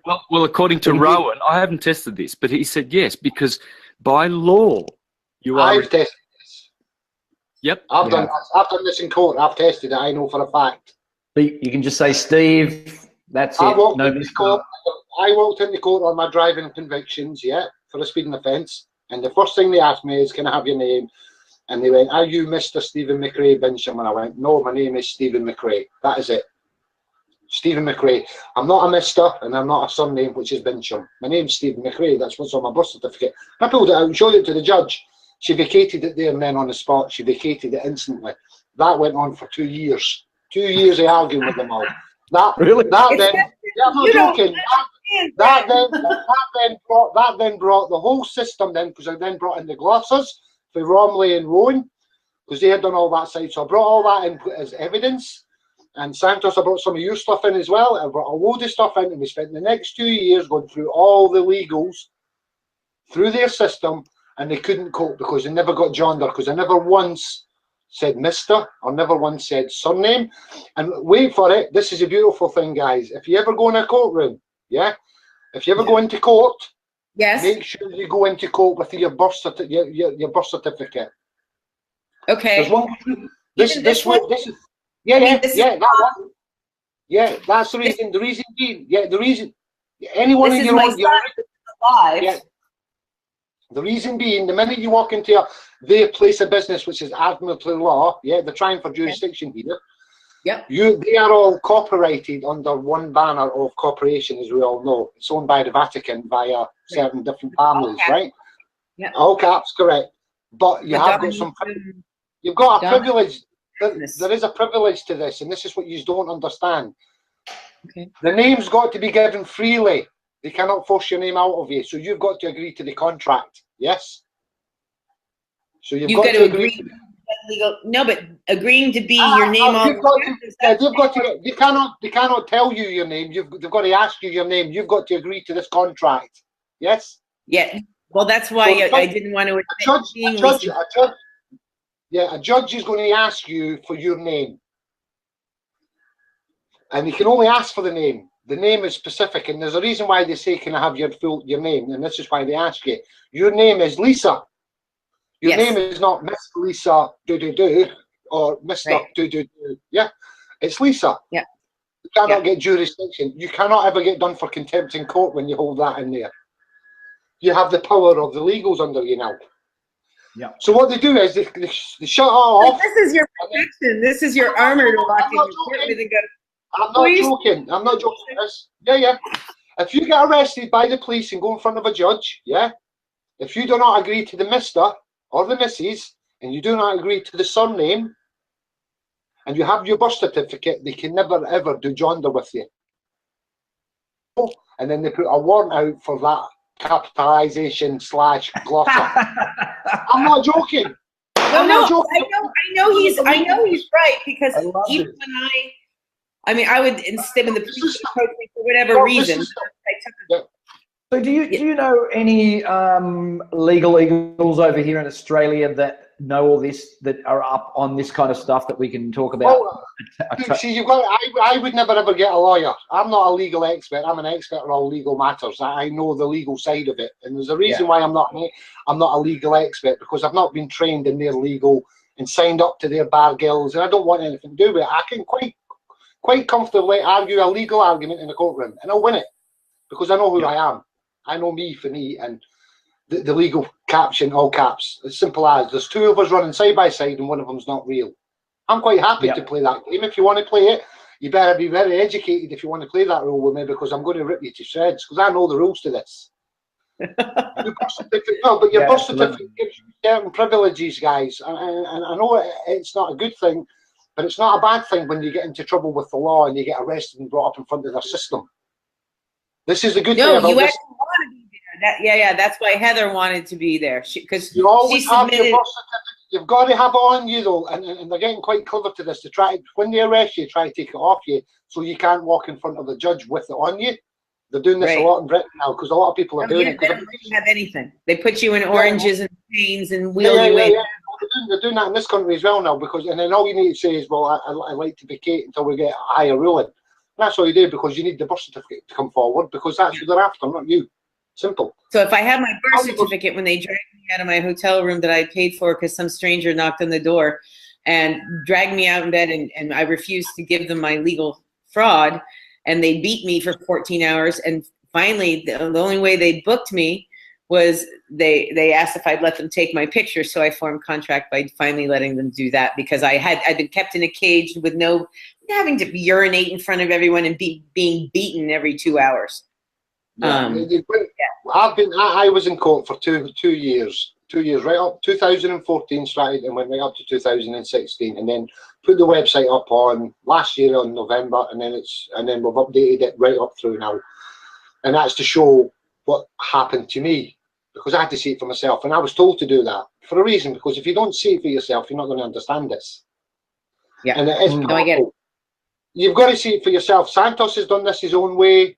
Romley, Rowan have done it. Franco Collins have done it. There's many other people throughout the world. Yourself, Lisa, you've probably done it. Brett's probably done it. But the birth certificate gives you certain privileges, and it is the most powerful tool in a courtroom. Think about it logically now. On a legal argument here, you could kill somebody. Think about this, and God forbid we ever did. But under the legal, just like murder. I could name a few people I've got off with this over the legals, and it's gone very quiet, because this is what they've used. The birth certificate. Hillary Clinton. A few of them have done it, yes, and they're not meant to. They're abusing it now, but they're doing it with position of wealth. They're paid a lot of money to use that privilege. But to a normal man or woman like us, if you don't give gender to something, they can never punish you for it. If you what? Say that slower, Steve. If you don't give gender or contract to a judge, you can never don't give joinder or contract. Yeah, they can't get joinder. So if you go in and they ask you your name, because it's a name they've got to ask for, they're not allowed to ask for your surname. They've got to ask you your name. Any police officer, absolutely correct, Brett. Any police officer, whoever's been arrested by the police, the first thing they ask you for is your name. That's all you need to give them, is your first name, or if it's a first and a middle name, you give it to them, but you never ever give the miss or the mister or the surname ever. I always said, whenever they said, I said I'm a woman. You can't get jurisdiction then. Yeah, but you'll never get jurisdiction. But in a courtroom, it works on your benefit, because you have got to vacate it or adjourn it on the spot. There and then on the spot, they can't argue with you. They've got to do that, because that's the law. That's the rule system. Here's an important question to ask you while we're right here. Let's say you carry your birth certificate around with you, and you get arrested, and they take all your belongings and you end up in the court. What do you say? You say, I'm sorry that you're holding the proof illegally at the police station. What is it you say to the judge to get them to bring you your birth certificate into the courtroom? Well, you're allowed a pen and a paper and a clean. Just like Franco Collins said, if you get arrested, you're entitled to do an affidavit. It's an affidavit of truth. Anybody can do one. They're quite powerful. Only a man or a woman can do an affidavit, guys. Yeah. Yeah. Corporations cannot do an affidavit. They're dead entities. They're not main. Santos, you know all about this and affidavits of truth. You will then swear an affidavit of truth to there and in the spot that you have had your legal birth certificate taken off from you. You would like it returned before you proceed any further. Perfect. Why? Thank you. And that's I always miss those little details. You are allowed. The first thing you say to the judges, when the judge arrested you, you say, I've not had time to prepare, Your Honour. I need a pencil, clean clothes, a pencil and a piece of paper so I can do an affidavit. Then we can start from that moment forward, and I've just showed you my affidavit of truth. The reason being, there's something been taken from me. I need it here in this courtroom now with me before I can proceed further, because I'm not prepared. And that's it. Stand back and say nothing. They've got to honour that, because it's you, as a man or a woman, need to get some remedy here. No, I get you. I'm to the point where when I even did my son's trial, I went in and I did, when they came down to me, he said, are you the mother, Lisa Jean Vunk? And I said, no. I said, I'm a woman commonly known as Lisa. And I said, the first thing I did was eradicate the ad litem, the lawyer that was appointed to me against my will without my consent, which she sat down and no more. And then I basically presented, established there was no jurisdiction, that there was no living man or woman who would see me. I had my definitions and I didn't give him jurisdiction. He asked me what I wanted, and I said I wanted my property returned. And I held up a picture of my son. I used the term property. I didn't use his legal name or any of that. And because I was private in the public, and it's a fraudulent tribunal anyway, I ended it. I actually asked, I listed every agent or agency or person that was involved in his legal kidnapping, and which was a lot of people and the agents and their agencies. And I actually didn't list the judge, hoping to have him move it to the Department of Justice, to the higher court, to get it up, which of course he ignored. And I ended my thing, and then he said, Miss Funk were going to be I had already ended my my showing and was walking out, and he made a statement that they were going to continue with trial anyway. And I went, I didn't. I said, I am not Miss Funk. I am a woman commonly, and I said that any further action by this court will be deemed trespass of treason, and your name is included, and those will be held accountable. And I left, and he reappointed the lawyer and held a trial for 5 days after I was out of the room, without any consent or anything. It's called a tort of misfeasance. It's not trespass. When you're in a public official domain, i.e. courtrooms or anything like that, it's called a tort of misfeasance. That's its official name. Okay, thank you. That covers. Tort of misfeasance. It is a tort of trespass. It's a trespass. It's a tort of. It's the most hideous crime under ecclesiastical law. A tort of misfeasance. That means that a public official abusing his power. That's what it means. Or breaking his oath. Chat box what it looks like. I want to get that term accurate. Type it in. Tort of misfeasance. It's on my. If you go on my YouTube, if you go on the YouTubes, you'll actually see it. I've got Helen's there, and it shows you tort of misfeasance. It's the most worst crime for any public official to break their oath, and that's what they've just done the minute they don't honour theirs. Tort of misfeasance. Unfortunately, you do it every single day. The vast majority of them, anyway. Ask Santos about his dealings in court, because he's actually been in court. I would like to hear how you got on it. No, that's actually how I had been following. I've been listening to Santos's radio show because it was after my friend Christie's way back when he was on American Freedom Radio. I remember listening to you with Max Egan and then calling on actually Santos, and I asked you one question, and you guys kind of answered the bigger question because you didn't realize I was going higher. It was funny as hell.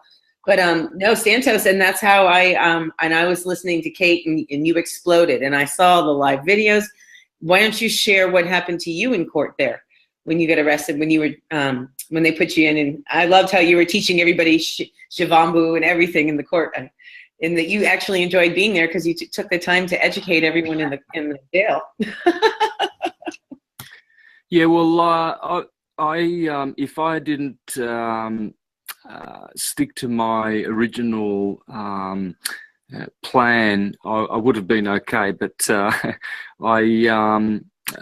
I guess I was too loquacious and too eager to, try to smash the fiction. But in doing so, passionate is the word. You were very passionate. Yeah, well, I succeeded in a personal way in that I learnt how I failed, if that makes any sense to you. But if you look at it, sorry? I agree. That's how I feel about my son. I failed getting him back, but I learned a lot from that experience. Yeah. So, I mean, if you look at the most famous of all trials, Jesus before Pontius Pilate, he said all the right things, but he still got killed. So, and he answered questions with questions, etc., etc. The point is that the demonic system is designed in such a way that they will make these very, very superficial and incredibly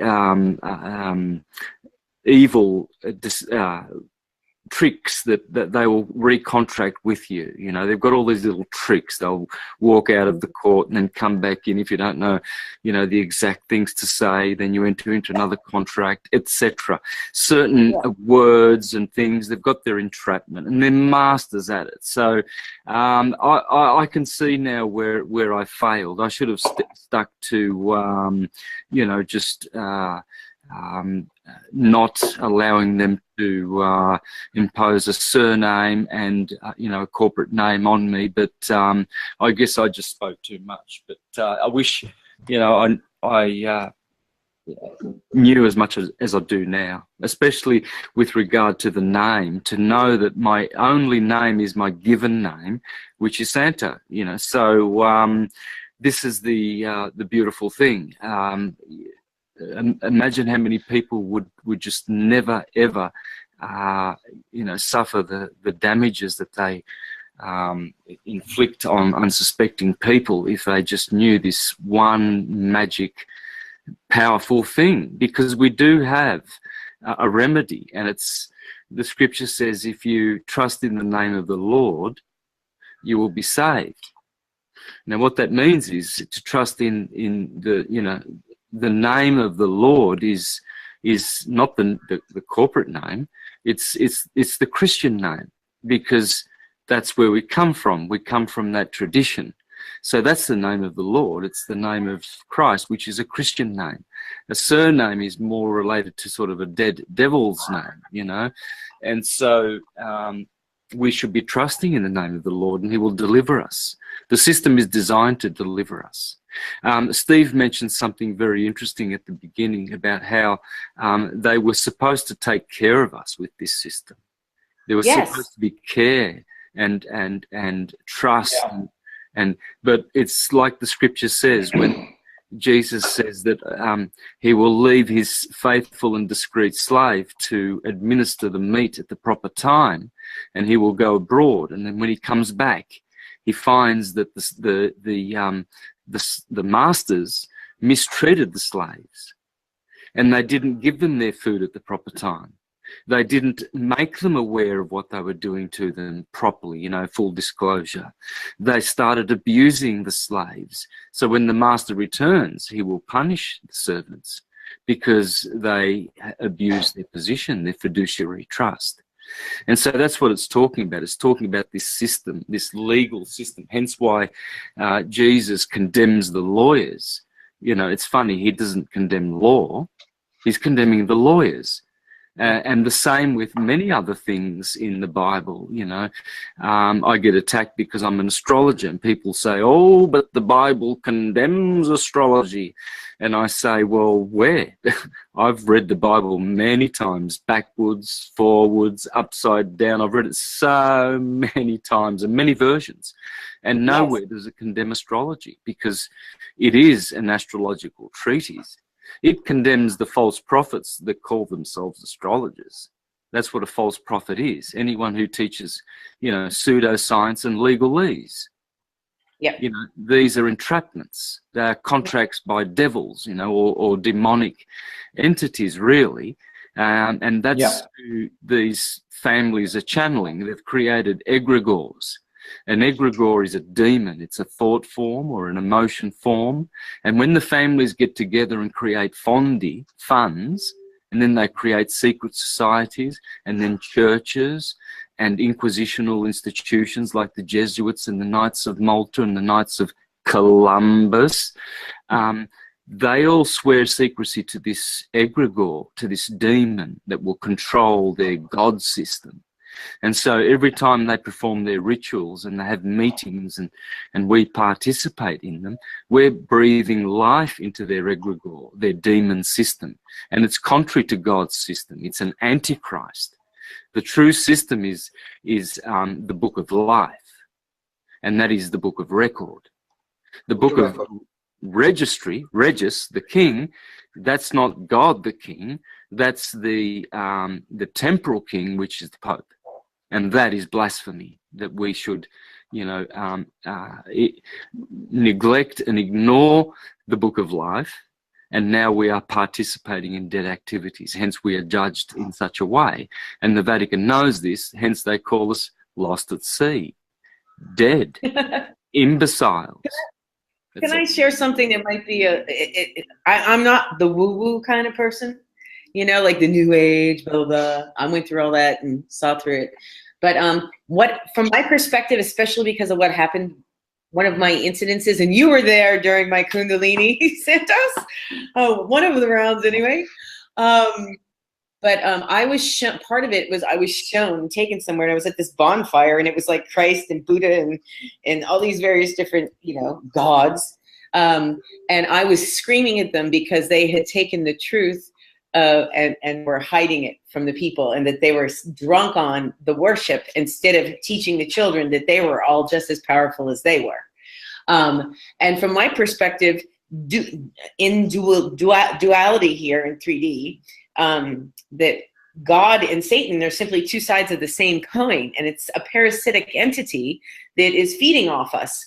At the same time, and the religion, and just the way the monarchies has first with the families, first with monarchy, and then with religion, and then with trust, but government, and now through science and media.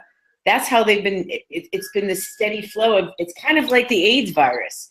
It jumps organs. It attacks one, and then your immune system might go up, and it'll go to another one, so it can attack, and it just keeps jumping. So you run out of energy. Your body runs out of life force before it actually gets to map and track the gene and build up an immunity to it. It's very similar, but at the same time, on the other half of that, I'm a firm believer. Like my first video, I made a message to the powers that were, and I thank them for the appropriate lesson and the inappropriate use of power.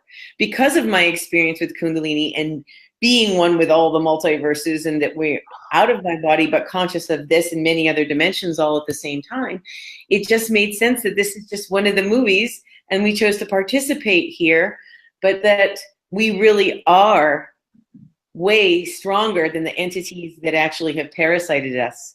And this is just the system and the way it shows up in 3D reality, and where we are going, which is being immortal, conscious, co-creator gods and goddesses, is that we literally needed this appropriate lesson before we got that power, because it requires great awareness and sobriety, not in like the sober term, but as in, being direct and present, because it can destroy as easily as it creates. And just like Harry Potter, you better know where you're aiming that wand and what you're saying, the words you're saying, because you will be creating instantly. So I believe this was just a warm-up for the humanity down here. Does that sound too crazy? No. I'll just make a short comment there because it's worth contributing. We are becoming the priest and the king, you see. In the book of Revelation, it says that we shall rule for 1,000 years as priests and kings. The king is the sovereign, and the priest is the philosophical side, the spiritual side that we nurture, and we devote our energy to the higher being, to God, what people call God. And so in order to grow fully, we have to grow both the emotional and the intellectual parts of our being. And one is the king and one is the priest. And until we grow in both of these areas, we can't neglect one and we can't neglect the other. Both areas are where we need to, rule our lives. And question, very important. Why is it the king and the priest instead of the king and the priestess? Because it's obvious that what you're talking about is the inner divine masculine, inner divine feminine. No, seriously, that's a only masculine version. There's the feminine is complete. It would, from a balanced perspective, it would be correct. Divine, it would be the king and queen, but the queen is really our divine feminine, is our higher self, our heart, our compassion, our immortal nature. And our left brain is our ego, and our right brain and our rational thinking. So why is it taught that it's the king and the priest instead of the king and the priestess? Feminist wasn't coming in. No, No, I'm not a feminist. I like men with penises. I know, but they weren't around in those days. Feminism wasn't around in those days. She's too late. Sorry. No. Okay. No, that's all right. Well, see, this is the thing. The Godhead is a divine couple. This has always been known, and so it is the source light of the universe, which is black light and white light. This is why sometimes you see a white Madonna and a black Madonna, a white Jesus and a black Jesus. It has nothing to do with race, because there is only mankind. Racism and races, this is all like countries. It's all, a construct of the human empire control system. It's contrived that way so that we can be divided, but it is mankind and womankind. What we have is the original Godhead. These days we only use half of the God equation. It's very sad, really. And you know, God is just this boy, you know, whereas this is not so. God can never be like that. Energy is it's always has this dual oneness about it. Pythagoras, the greatest, said that it is unity in duality, or duality in unity was the way he expressed it, what we are experiencing. And so, you know, in the minds of more enlightened people, when we say king and priest, in the tarot deck, you have the equivalent of priestess and queen. And so, you know, this is like a generic, all covering term to, you know, to express both, of course. You know, it's obviously the only. The Queen in the tarot card, are you referring to the Justice card? Because she has the law in her lap. Is that the, I'm not. Well, it's the Empress. Yeah, well, that's, okay. That's still a queen. So, you know, it's always there. The scriptures always have the divine couple, Jesus and Mary Magdalene, Krishna and Radharani, and it's the beautiful source light of creation, which is black and white light. Okay, they don't vibrate. The electromagnetic spectrum of light, which is the rainbow, that vibrates. Okay, red is a long wave, violet is a very, very short frequency, and that is the child of white light. Okay, and so that electrical transverse wave creates the material world, but behind that is black and white light, which is the longitudinal wave, and it is incorruptible. It is the incorruptible magnetic source energy, which is consciousness, unlimited consciousness, which powers and generates this material transverse wave world of vibration. Which is why we get the basic Mandelbrot. You're talking about the main Mandelbrot that can't ever be altered. It's repeated ad infinitum. As above, so below. Yes. Yes. Yes. Okay. Well, of course, here we go, going off into all these different things. Could we come back though, because I love, you know, Santos, I could listen to you and talk with you for days and days and days on end. But I'd like to swing this back around to, because we could literally spiral off in the divine feminine.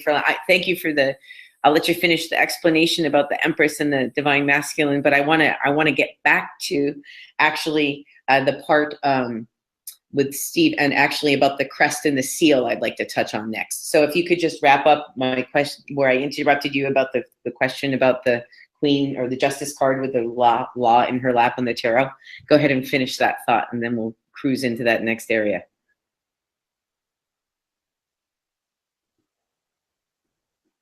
Santos, are you muted? Oh, okay. I thought that was for Steve. Sorry. No. I interrupted you to ask you about you. I remember I said this at the King and the Priest, and you were explaining about how it had always been. So yeah, we'll see the process of becoming the king. Steve really has mastered that. So I think I would love to ask Steve. He's mentioned already one thing that we can do to step toward that way. That's the post office, post box. But what else could people like me do? The first thing that we should start thinking about. Now, I've got my live-born record. Should I start thinking about creating a EDP? Which is the way I should go?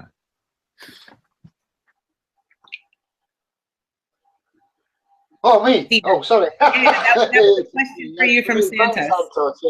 Yeah, an EDP, well, that depends if you want to go through the proclaim yourself to be alive to the Vatican. That's a individual choice. That's totally up to what way you would want to go.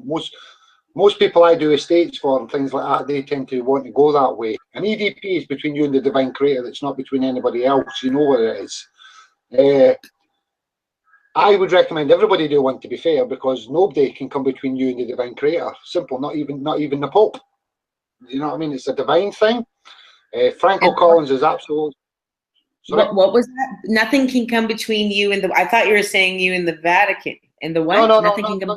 Not even the Vatican can come between you and the divine creator. Nobody can come between you and the divine creator. I'll slow down so you can hear me. No, the divine creator is, as we all know it, has created this domain. Yes. So under the rule system, their rule system, the Vatican are the only ones that can talk to God, allegedly. Bullshit. I call them out.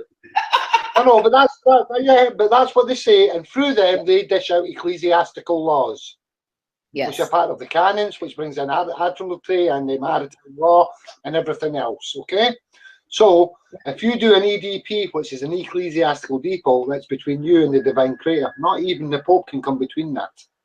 Default what? What's the P for? Depot. I eat you, Jimmy. What are you saying? I eat you, Jimmy. I see you head. Oh dear. There's a language problem. I said. I see you, Jimmy. You can't get it. You can't. Don't let the Scotsman loose about the house.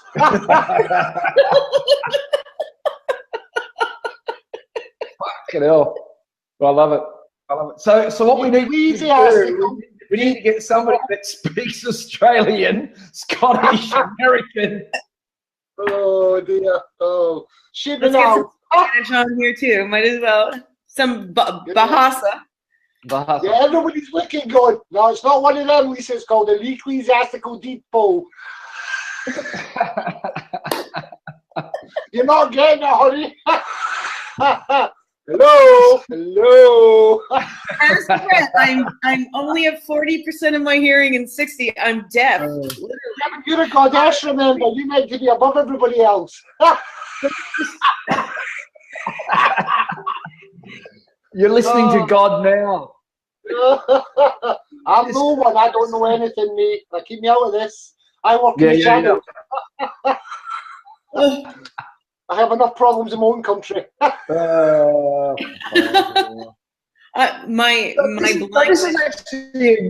This is a good example of what I'm talking about. So about before, like not the legal, but is there someone like you in Australia that you already know of that we can go to and start connecting? I would recommend Santos and Romley and Rowan, and they know all about this. Their work is absolutely flawless. They know how this works. You've just got to get it in a structure. It's got to be structured and it's got to be done right. Once you start doing all the bases and covering all the bases, they start running out of room to maneuver. You're just covering them. That's all you're doing here. All I've done is made sure with Helen, because Helen's the only one that it's done it the way it's supposed to be done. She's not been in dishonour. She's been in honour all of her life.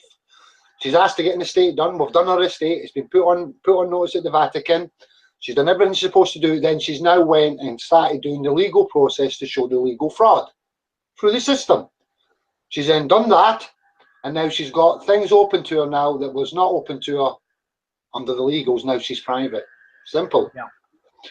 It's dead easy to do. It's not hard to do. Well, it's complicated. You've got to understand what it's all about. I make it sound easy. Yeah, and to me it is easy, and I do apologise. It's because I've been taught that way. I've been my mind's been structured to focus on what's real and what's not real. Yeah, simple. Yeah.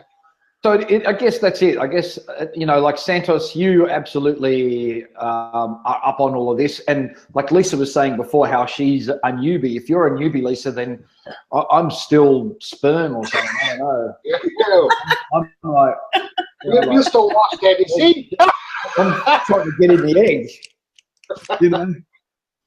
So I guess, yeah, okay, because your website is so in depth and you've got so much information on there and links to go to and YouTube channel, and I guess there must be, you know, somebody that's as dedicated here in each country, you know, that, and Santos, by the sounds of it, Santos is dedicated to what he's gone up. Santos has gone the next level. Santos, he understands what this system is.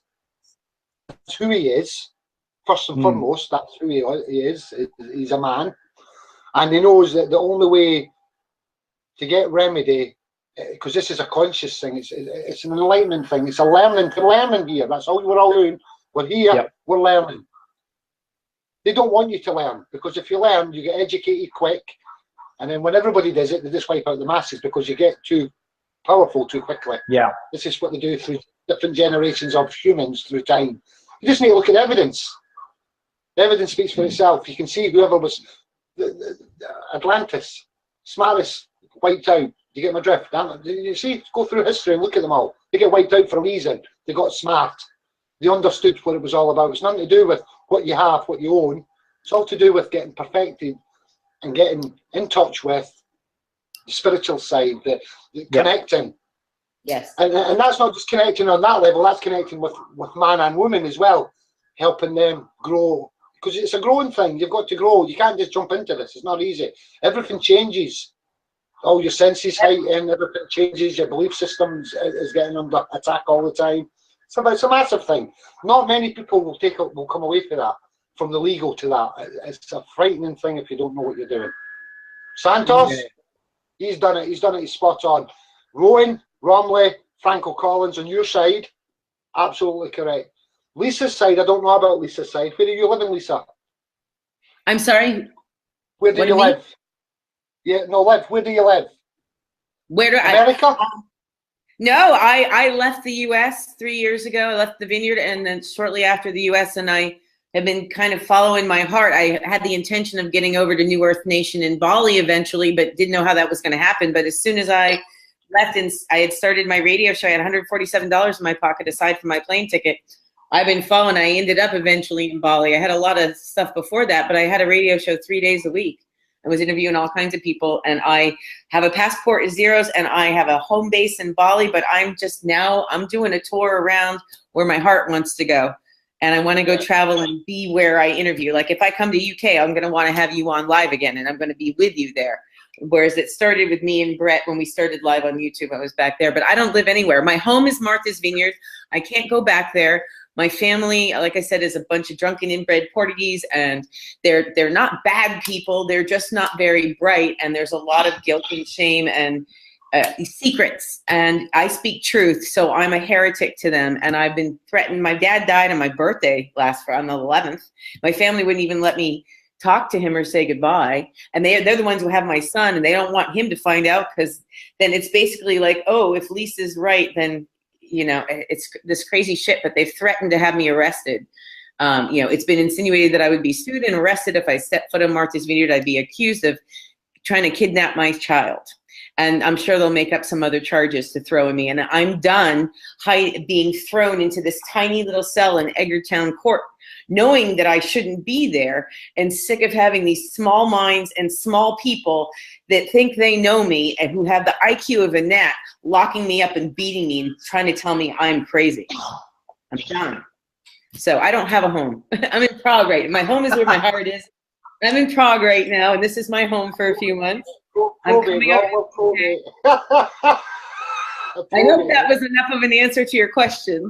Where were you going? Well, in America, you've got Santos, and you've got Romley and Franco Collins.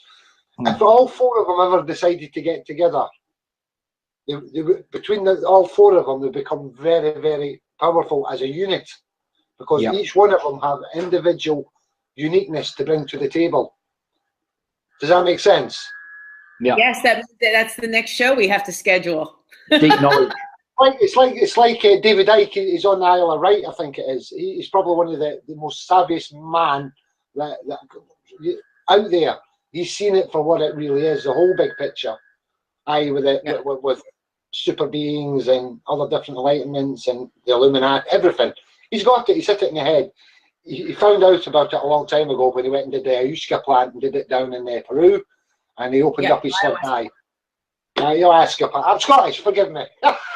You know no, I was just saying it so maybe people that didn't understand it either could hear it. That's all. This is why the drugs are illegal in certain countries, because this helps you progress where you need to be, but it's got to be done right. It's got to be done in an environment that's right. The body's got to be cleansed. That means all toxins out the body. Everything's got to be right for you to progress that level to pop that eye. Because if the body's not ready, the mind's not going to take it. No, of course. The mind won't take it. Also, because the mind will be busy worrying about the body to let go of everything that's reality. Does that make sense? Yeah. Because we used to actually talk.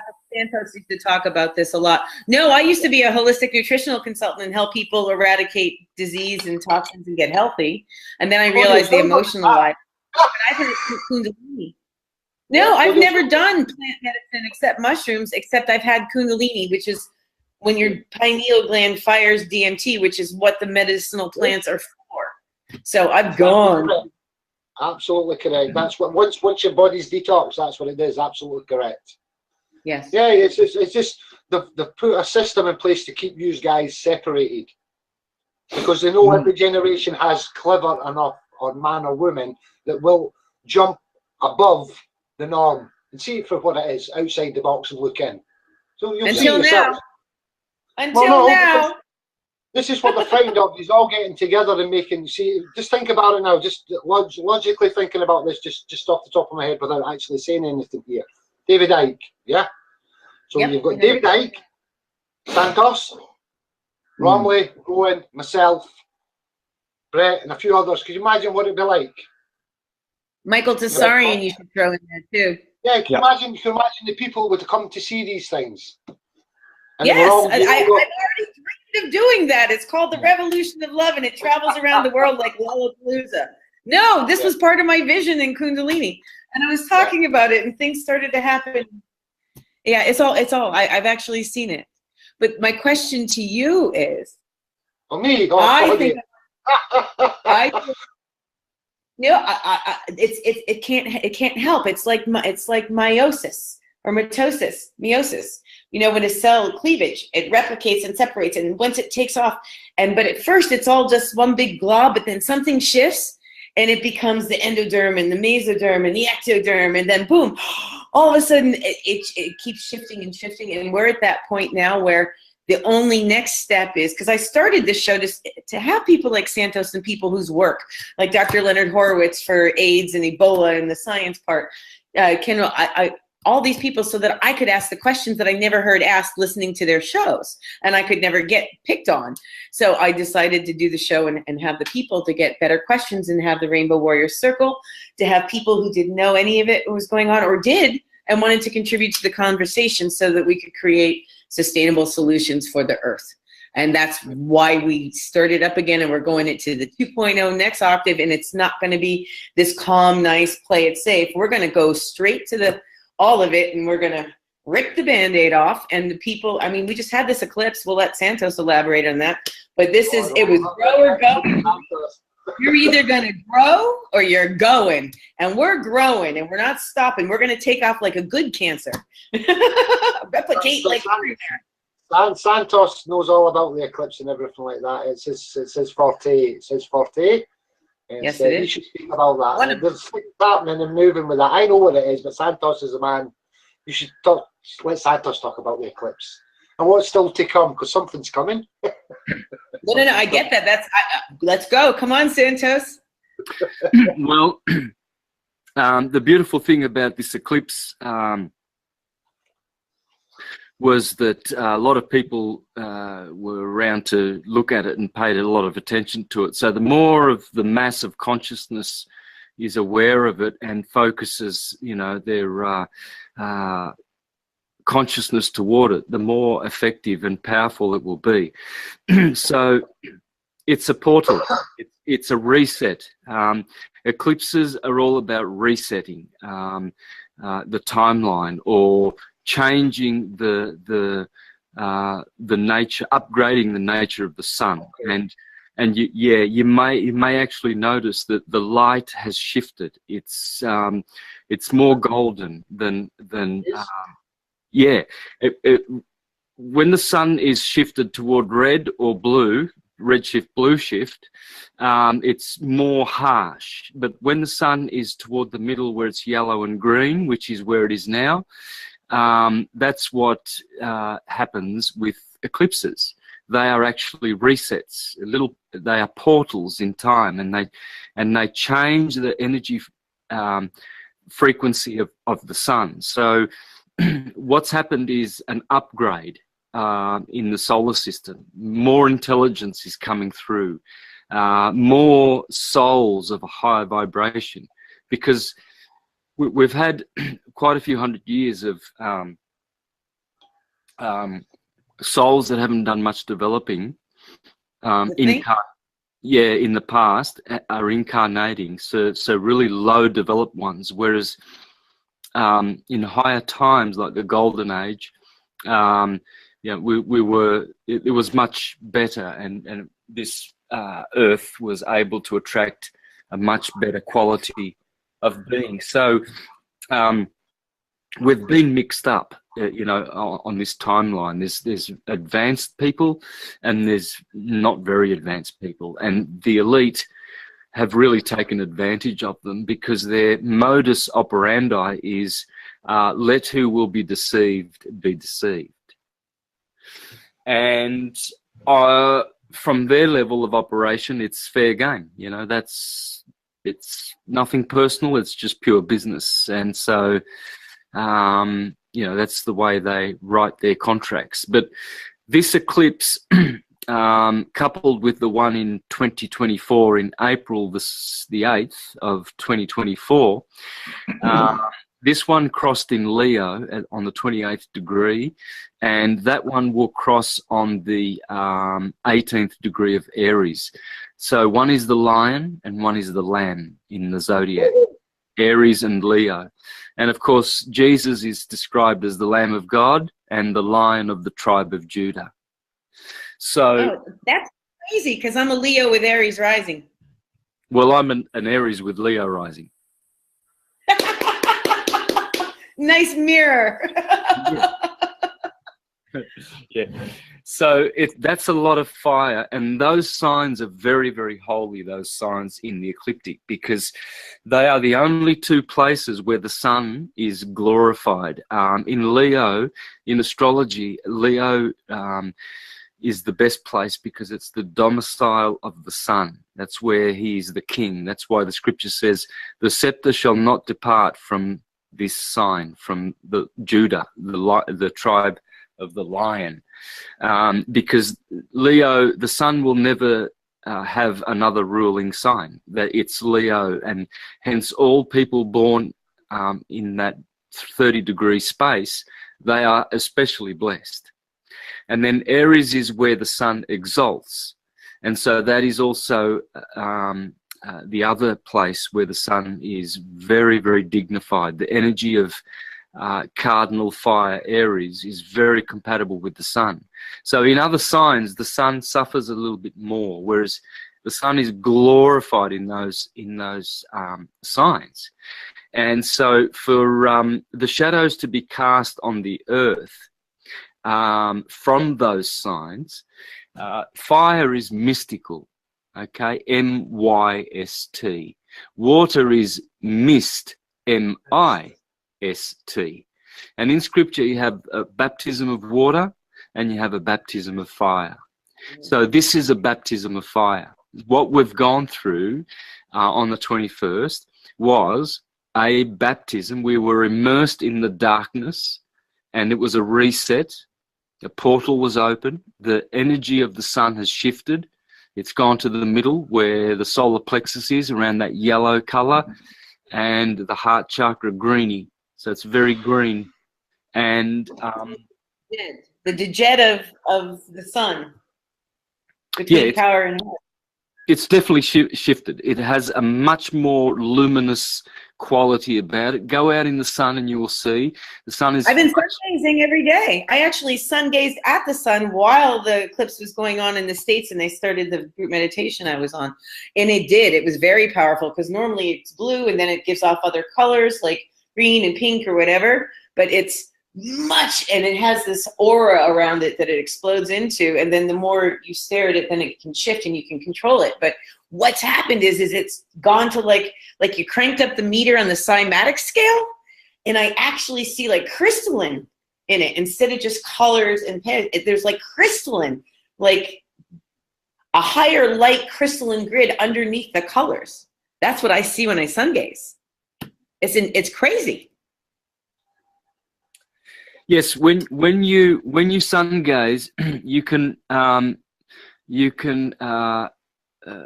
pretty much command the color that you wish to see of the electromagnetic spectrum. Yes. You can focus on violet if you wish to spiritualize quickly. If you focus on the red, then you will be grounding.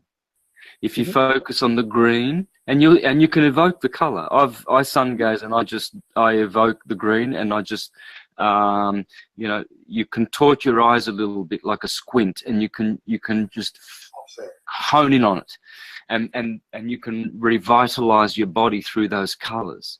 You see, Snow White and the 7 dwarves are the sun and the 7 refracted colors from the sun. Noah and the 7 people in his arch, rainbow, the rainbow, it's the 7 colors of the rainbow, and Noah is the sun. And this is how nature is being made. It's through that powerful electricity. And so what we should be looking for is how this is going to change the legal system on the planet.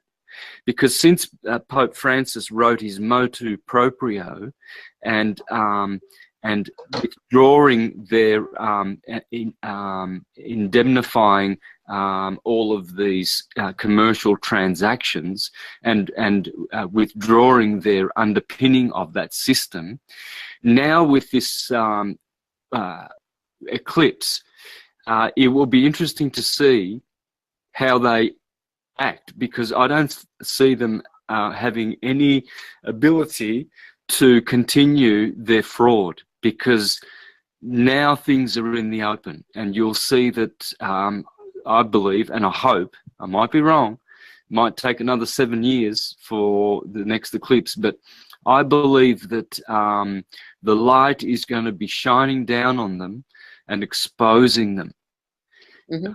You know, in a way that they won't be able to sustain the onslaught of awakening, and hopefully the fraudulent side of their activities will disappear.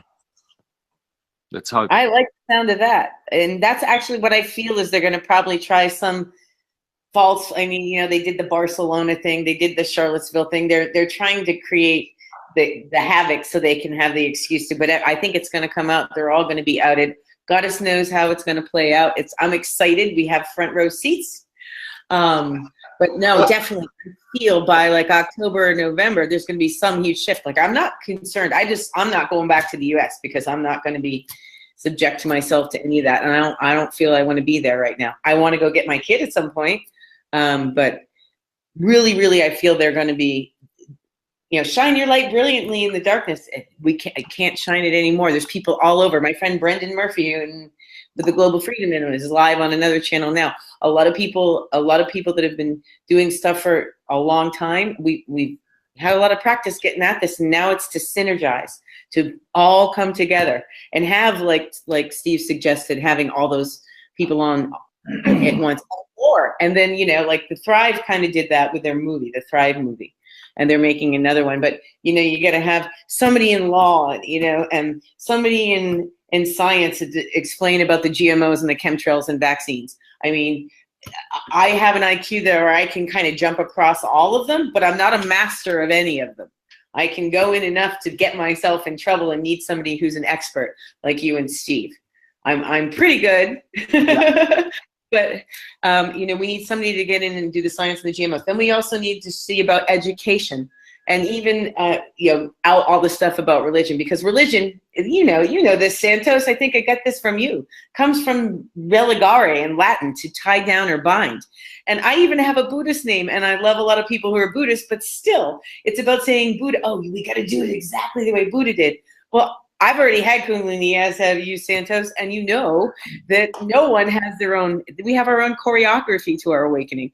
And there are certain aspects that can pop in and out, but everybody gets their own palette. And we're not supposed to be creating the same cookie cutter thing over and over again. We're all colors on the palette. And the more we have, the more we can, you know, instead of being on a black and white old school radio, we can be in Technicolor on HD, you know, in this like virtual reality system. It's no more. And we're exploding. I really think we are. Yeah? You think we are, Steve? I know you are. Yeah. Definitely in HD Technicolor. I'm getting a bit dark here. You make your own reality. You think it, you make it. Yeah, absolutely. Absolutely. And honest, there's not everybody. I mean, Bill, pinch me. The greatest thing I've ever learned is you are what you think. And if people really don't understand that, you are screwed. Absolutely. If you can have the power to cry at the drop of a hat, and you haven't got the power to make yourself happy by the same reasoning, then you're really not understanding what's going on in this world. Correct. Absolutely correct. Santos is right in with that. My T-shirt. No, I love this T-shirt. You just want to show us. This is it. She dared to. She dared to live with her heart wide open. I dared to go through all this shit with my heart wide open. I didn't shut down for any of it. And Brett was there for a lot of the really hard times, as was Santos. Woo! I can't believe I'm here 7 years later. But I'm the newbie in the block. What? I said, I'm the newbie on the block. I'm the new kid on the block. Yeah. You're the next octave I was able to step up to get there. It's my time. We all came up different paths, and they all led to this one platform, and now we're gonna have others join us, and we're going up to the next one. But I'm really curious. For a reason. Sorry? Everything's done for a reason. What will be, will be. Exactly. Yep, and we're not in any hurry to do it. I am here to dance some heaven in onto Mother Earth, though. Always have fun. Enjoy doing it. And I have, but I don't want to have this. And I know, of course, we're going to have you back on, Steve, if you don't mind. Santos. Of course. I wasn't done with that. I would like you to get Rowan and Romley on as well. Heaven, yeah, I'm all about it. I'm not joking. Yep. And that'll give me more stuff to tap into. No, because I'm ready to go for it. I'm ready to do. If you get Rom on, you get Rowan on, and you get Maddie on. We can try and have a word with David. I'll email David to see if he come on, and we can do a link up. You can have 4 or 5, then you can have all different people on, and then you can have all different ways that they can speak then. Yeah, no, I'd love to have David. I should probably have David alone too, because I was actually just about to interview him when I had. David doesn't want to work alone. Yeah, no, let's do it. I'm ready. You have and more. Everybody can bounce off everybody else. Because exactly. Some days somebody else will not see. What somebody understands, somebody else won't understand. But as a group collective, it's easier to understand it through a group. Yep. I'm Scottish, you can't even understand me. I rock your energy though, I just don't get the words all right. Exactly. So you have other people in it. I would hope that you would get Santos on, get Romley, get Rowan on, hopefully get David on, myself if you want me back on, and then sit and have a real good discussion about everything, where you are all at, and how you proceed from this point forward. And that's the most important thing. That's the point. All you gotta do is give me an order, I'll fill it. I'm really good executing. I think it's Well, I tell you amazing. what, you'd have a lot of people very interested in hearing all of these, all different sides. You've got specialists in every field there. Specialists on every side there. They're all specific specialists in their individual fields. As a unit, it's flawless. It's absolutely flawless. There's no arguments about it. Like I said, we might have to throw in Michael Tessarian and also Seven Bone. Yeah, you can throw in everybody you want to throw in, Lisa. I'm only talking about people that I deal with, kind of what I deal with and that side of things. Right. No, we'll start out there because it's really important because this is the root of it all. This is the law. This is how it's not a legal fight. This is a humanity fight, or should I say a planet fight or a spiritual fight?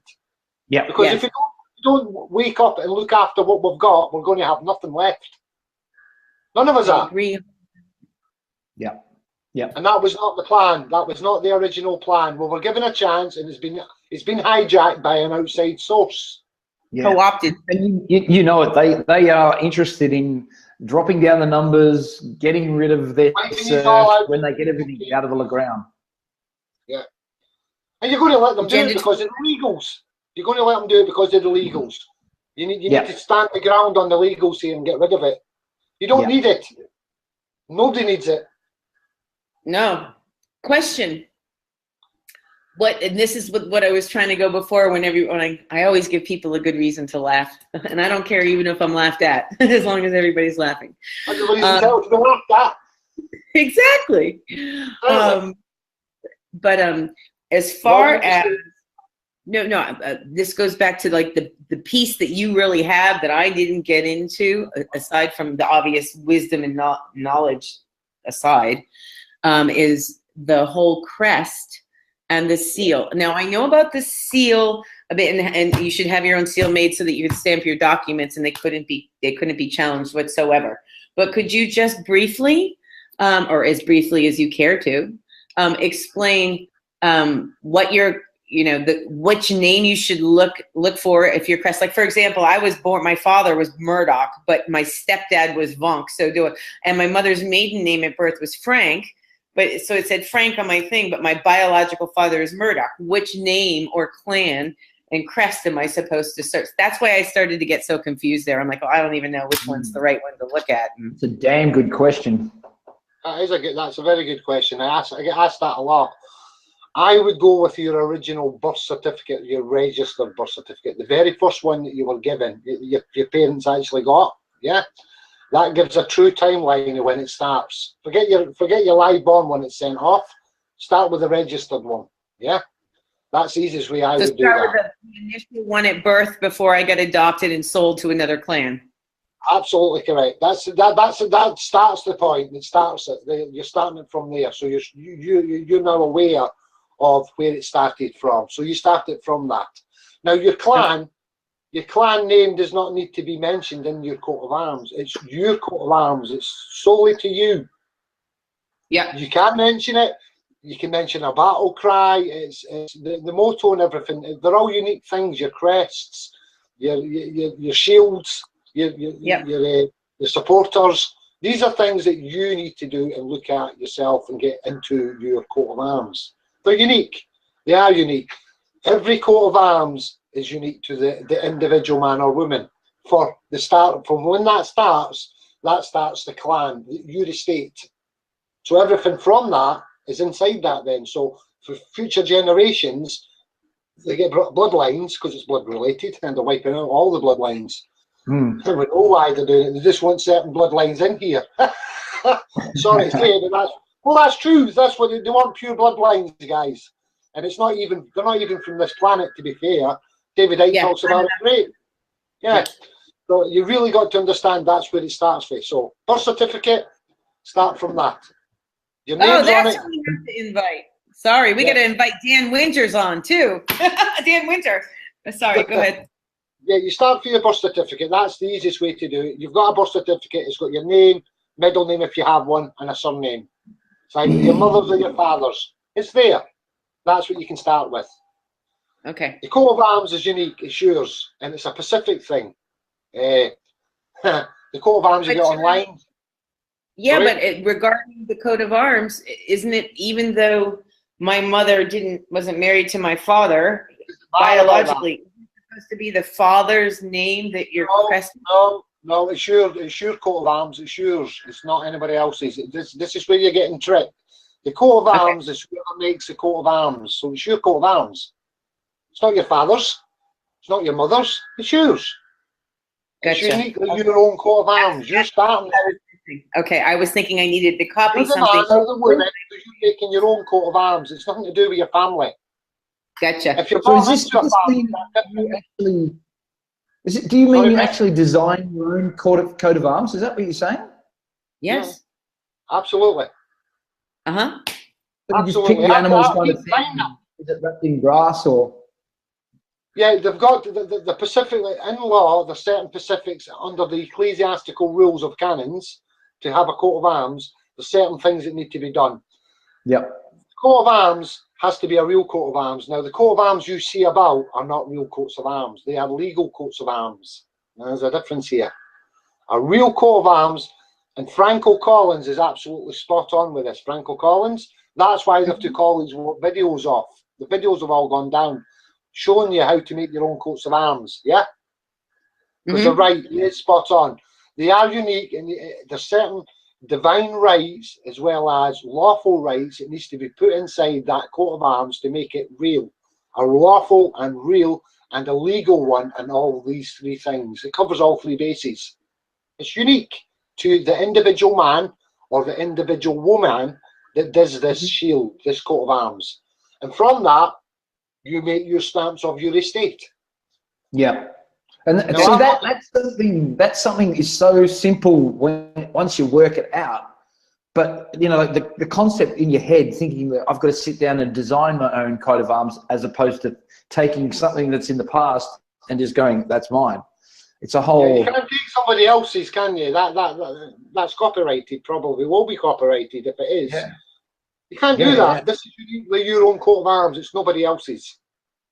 Yeah, you can't which do makes total sense when you're talking about each person is a corporation, and they are. Soul, you're a corporation soul on a birth certificate. Oh, yeah, yeah. So it's an individual. As a corporation aggregate of Australia, you are a corporation soul. Yeah. Yeah, you're one. Which makes sense. If you've got an individual number, then you've got your individual code, you've got your individual coat of arms. Even in the multiverse, you're an individual frequency signature. Yeah. You're a unique other in the multiverse. Exactly. Which is why all those vibrations. Every one of these are very unique and very digitally, vibrationally wise, unique to the universe. A spec on it. As a combined unit, you become very powerful and become bigger and bigger and bigger, as it's meant to be. At the moment, you're all separated. Until you all come in harmony, you'll always be separated. The more people it gets brought together, the bigger the light shines, the vibration pulls in. It works. It's a wave. Once a wave starts, it's a ripple. A wave, it's a mountain. Do you get my drift? It's dead easy. Then it's a tsunami. It goes. You just keep going. You just start it and then keep with it. But the more people wake up and get into it, the bigger it gets. And you're not doing this to be humorous or be smart or be anything. It's got nothing to do with me. I couldn't care less. Oh, who would want to do this? Who would want to get into any of this information? No one. Everybody has their own opinion and their own outlook to this reality. And that's their choice. What you don't understand is you have got no choice, but you're led to believe you do have a choice. Now that's the difference. That's the difference. Yep. You've got to come outside the box and see what choices you really have, because you've got a lot more than you've been told you have. There's a difference. That's what they don't want. It's like Jupiter Ascending. Yeah, have you seen the movie Jupiter Ascending? I'm like, oh my God, if the universe, or even Santos, you must have seen that, what is it, your Rancha book? Oh my God. You're like, if the universe is this convoluted, oh my God, we're doomed. How complex the Gordian knot is and how overlaid. As a species, we are real, not all of us, certain individuals have got no empathy, none at all, no empathy at all. And that's a frightening thing. We are a danger to other species. Exactly. what they do to their own species. Does that make sense? Oh, absolutely. Yeah. It's right there in the Avatar. You wouldn't do that. You just wouldn't do that to your own Kill species. the dog. It goes against nature's grain of nature. It goes against the nature. It goes against the balance. Yeah. You don't kill your own. Exactly. Don't do it. Exactly. Do it. In Avatar, they covered that in the Avatar scene where the woman, I forgot her name, but the Avatar woman finds him when he first goes into his Avatar body, and she has to kill the dog. She goes, "You baby, that ant should not have had to die." That's exactly what it is. Us humans are, and I'm sorry, you're looking, but us humans are not. I had something to do there. I didn't want to say it without you hearing it. Yeah. It's all good. Every the system is designed to keep you all in a vibration, a very low vibration. Yeah. Yeah. And that's what legalese does. That's what legals do to you. It keeps you on a very low vibration because you, as a man or a woman, believe that you have to abide by that structure. No, you don't. Because under the real law, and there is two laws running here, and this is a frightening thing that I don't want you to know about, there is two laws running. There is real, there is legal. Yeah. They just hide the real from you because on a birth certificate you're attached to it. You're never going to get the remedy. Not through the legals, you're not, until you do certain things in law via the course you do. Once it comes that way, things open up for you guys. It changes your perspective. Yeah. Your belief systems change because we're all connected. Because we're all breathing. We're all giving off energy. It's vibration. You can't take that away from any creature is giving it off. Every plant's giving it off. They give off energy. Everything does. Anything that's breathing is giving off an energy of ether, if you want to call it, which is part of everything. Really. It's all to do with the basic nature, balance, tree of life. If you want to go down that road with it, I love the tree of life. Yeah. The apple of life, even better. I think. Yeah. The fruit of life. We can go into the sacred geometry there, or we could have Santos elaborate on the Kabbalah and how that's transcribed. It's all part of the apple of life, which a lot of people think is an apple off a tree, is actually not. It was given to the great divine creator. Actually left the apple here for you guys to look after, and it was hijacked. They've done a film about it in Assassin's Creed. You've got to really understand and know what it's on about. It's quite clear. And that's what started all this off. They're after it. They wanted to contain humanity as a whole and keep these all down to be fed on. Simple as. That's why Mac, including the computer we're having this conversation on, it has a big apple with a bite taken out of it. Yeah, apple of life. Apple of life. It's called. It's not an apple of an apple tree. It's an apple of life. It's to do with your DNA. Your DNA is to show where you've come from. Yeah. Because we're not from this planet. We've been brought here. Nope. That's a scary thing. No, well, I can actually go off. I've done a lot of research and had my own empirical experiences. But your shell suit is not designed for this terrain because of your ankle. It's not. It's not. Look at all the species of animal here. We're the only ones that have got 5,000 defects in our DNA. Look at every other species, 500. Hello, tells you everything you need to know. Tells you everything. Rhesus blood. I've got a girlfriend that's like a rhesus blood. Do you get my drift? She's got rhesus blood. Yeah, rhesus blood she's got. I actually went to school for genetic engineering, Steve. So going in this area is really. She's had it. She's had it all her life, and like I said, that's what she's had. But it's not our species normal blood of O and A. Negative and positive of the blood. It's not that. It's not our gene code for the humans. So it's been brought in. Yeah. You understand what I'm saying? Just on that alone, 15% of the world's got that blood. Bloodlines. It's AO, right? AO, AO, right? Yeah. So what I'm saying is rhesus negative blood in it. Yeah. Well, this is why I want to have. This is where Dan Winter gets into it, because he gets into the different wars in space and how the Lyrans and whatever, but the Anunnaki coming down here, and it goes into all the Egyptian stuff that Santos just so eloquently went into, but like King Tut and the whole I'm preaching to the choir here, obviously. But there was an original human race here, but our DNA has been messed with so many times. But it was also, I mean, like I even have the mark of Magdalene on both my palms.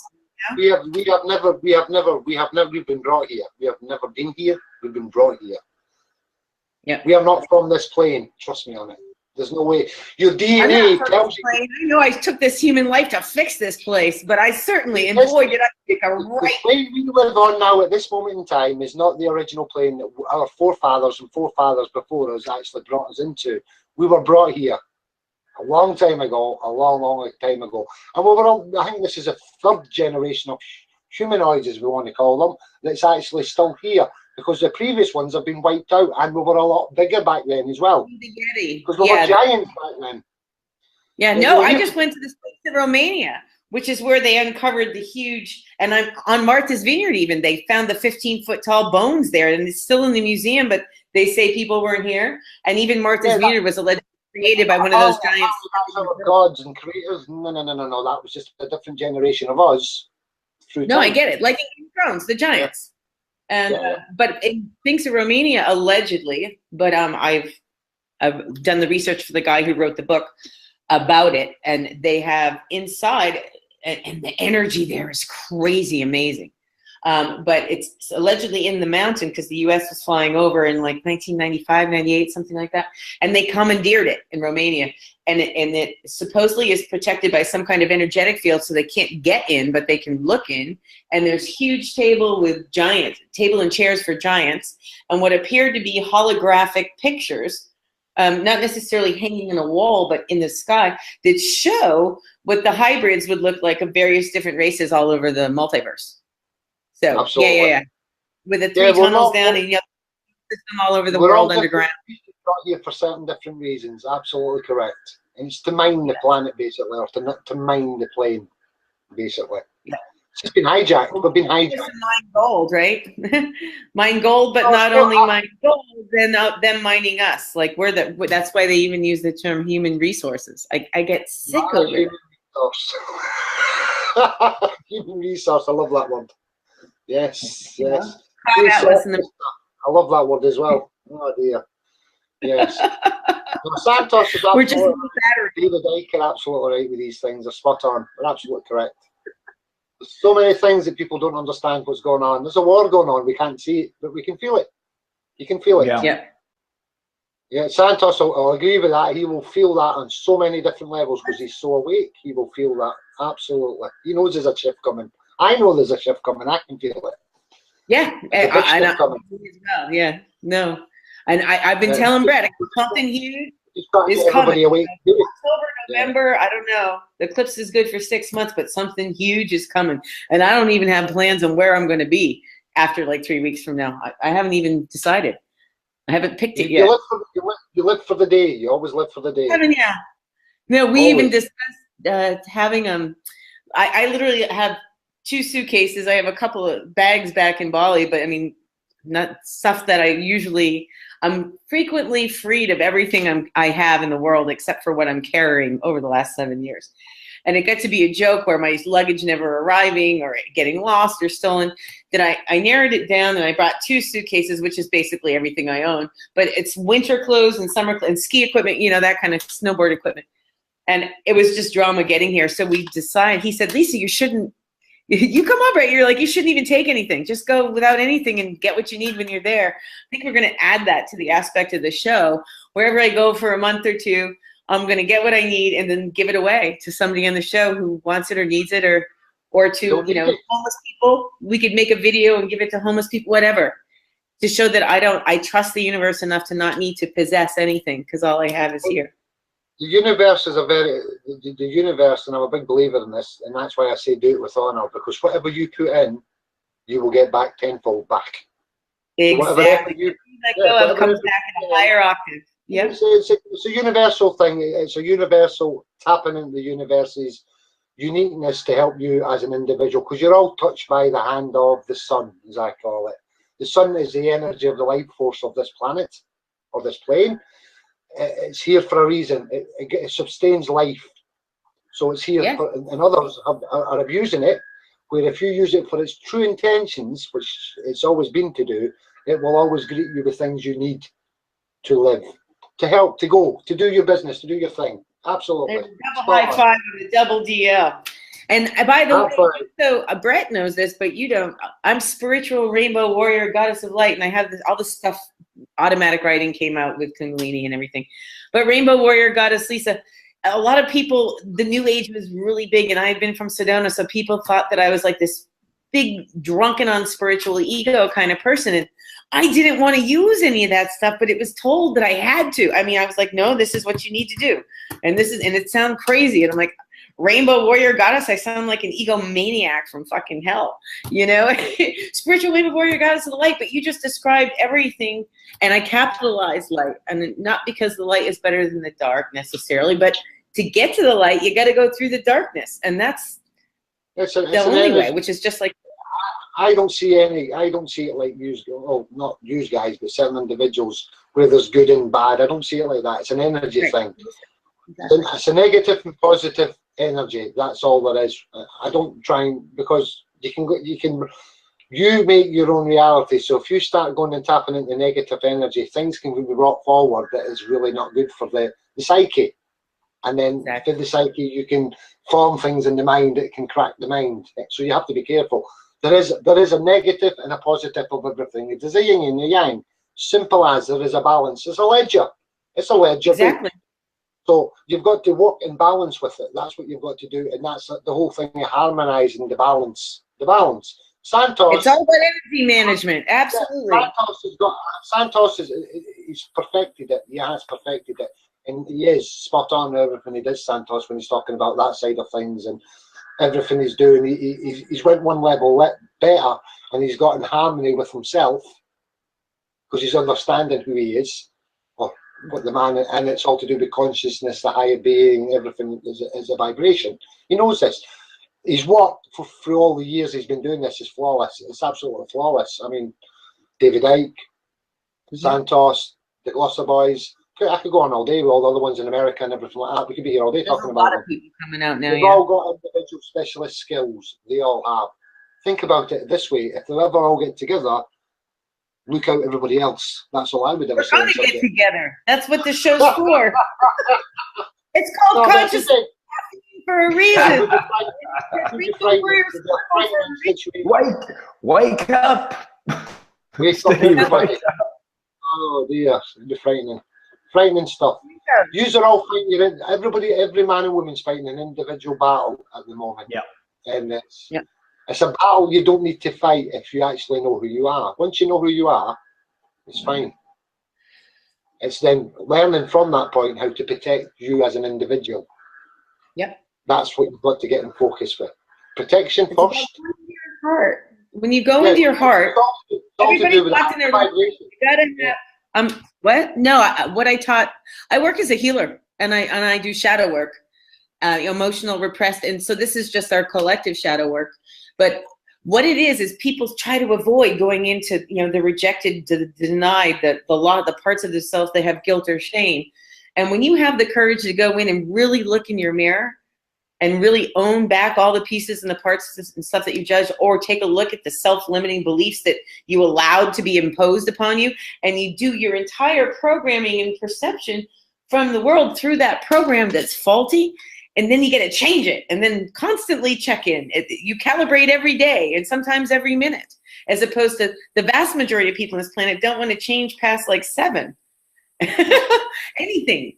So seven's everything. 7. Santos talks about Santos 7. I love 7. 7s is everything. It's all to do with the magic numbers, especially good and bad. Not good and bad energy, negative and positive. They are very powerful numbers. They are very powerful. 7 everything. That's it. I love 7. 7's the age by which your psyche's made. The first fractal. And it goes on and on and on. And yeah, I'm preaching to the people who taught me here, but it all goes back to just to be able to have conversations like this. I mean, I remember when I was so excited to have a conversation with anyone. It all, like, even on screen, never mind on a radio show, and all of us. I mean, I was like, I felt like I was the only person who, and everybody thought I was crazy. I had no one to talk to. It was a nightmare, and I wasn't a foreign person, and I was a single. Santos has been going a long time. Santos, he's been going for a long time. Santos. Oh yeah, no, I've been following. When did I find you, Santos? I think I found you in, yeah, it was in 2010, before the 2000. Yeah. 2011. 2011. Yep. 2011. Yep. 2011, in March, when the Fukushima and the Arab Spring, all that. That's that month, March. It was March 9th or March 11th was the day. Yes. Yeah, that was the day my Kundalini fired the second time and started a whole nother wave of hell for me. But at the same time, I found you and a whole bunch of other things all at the same time. It was like the fractal pot.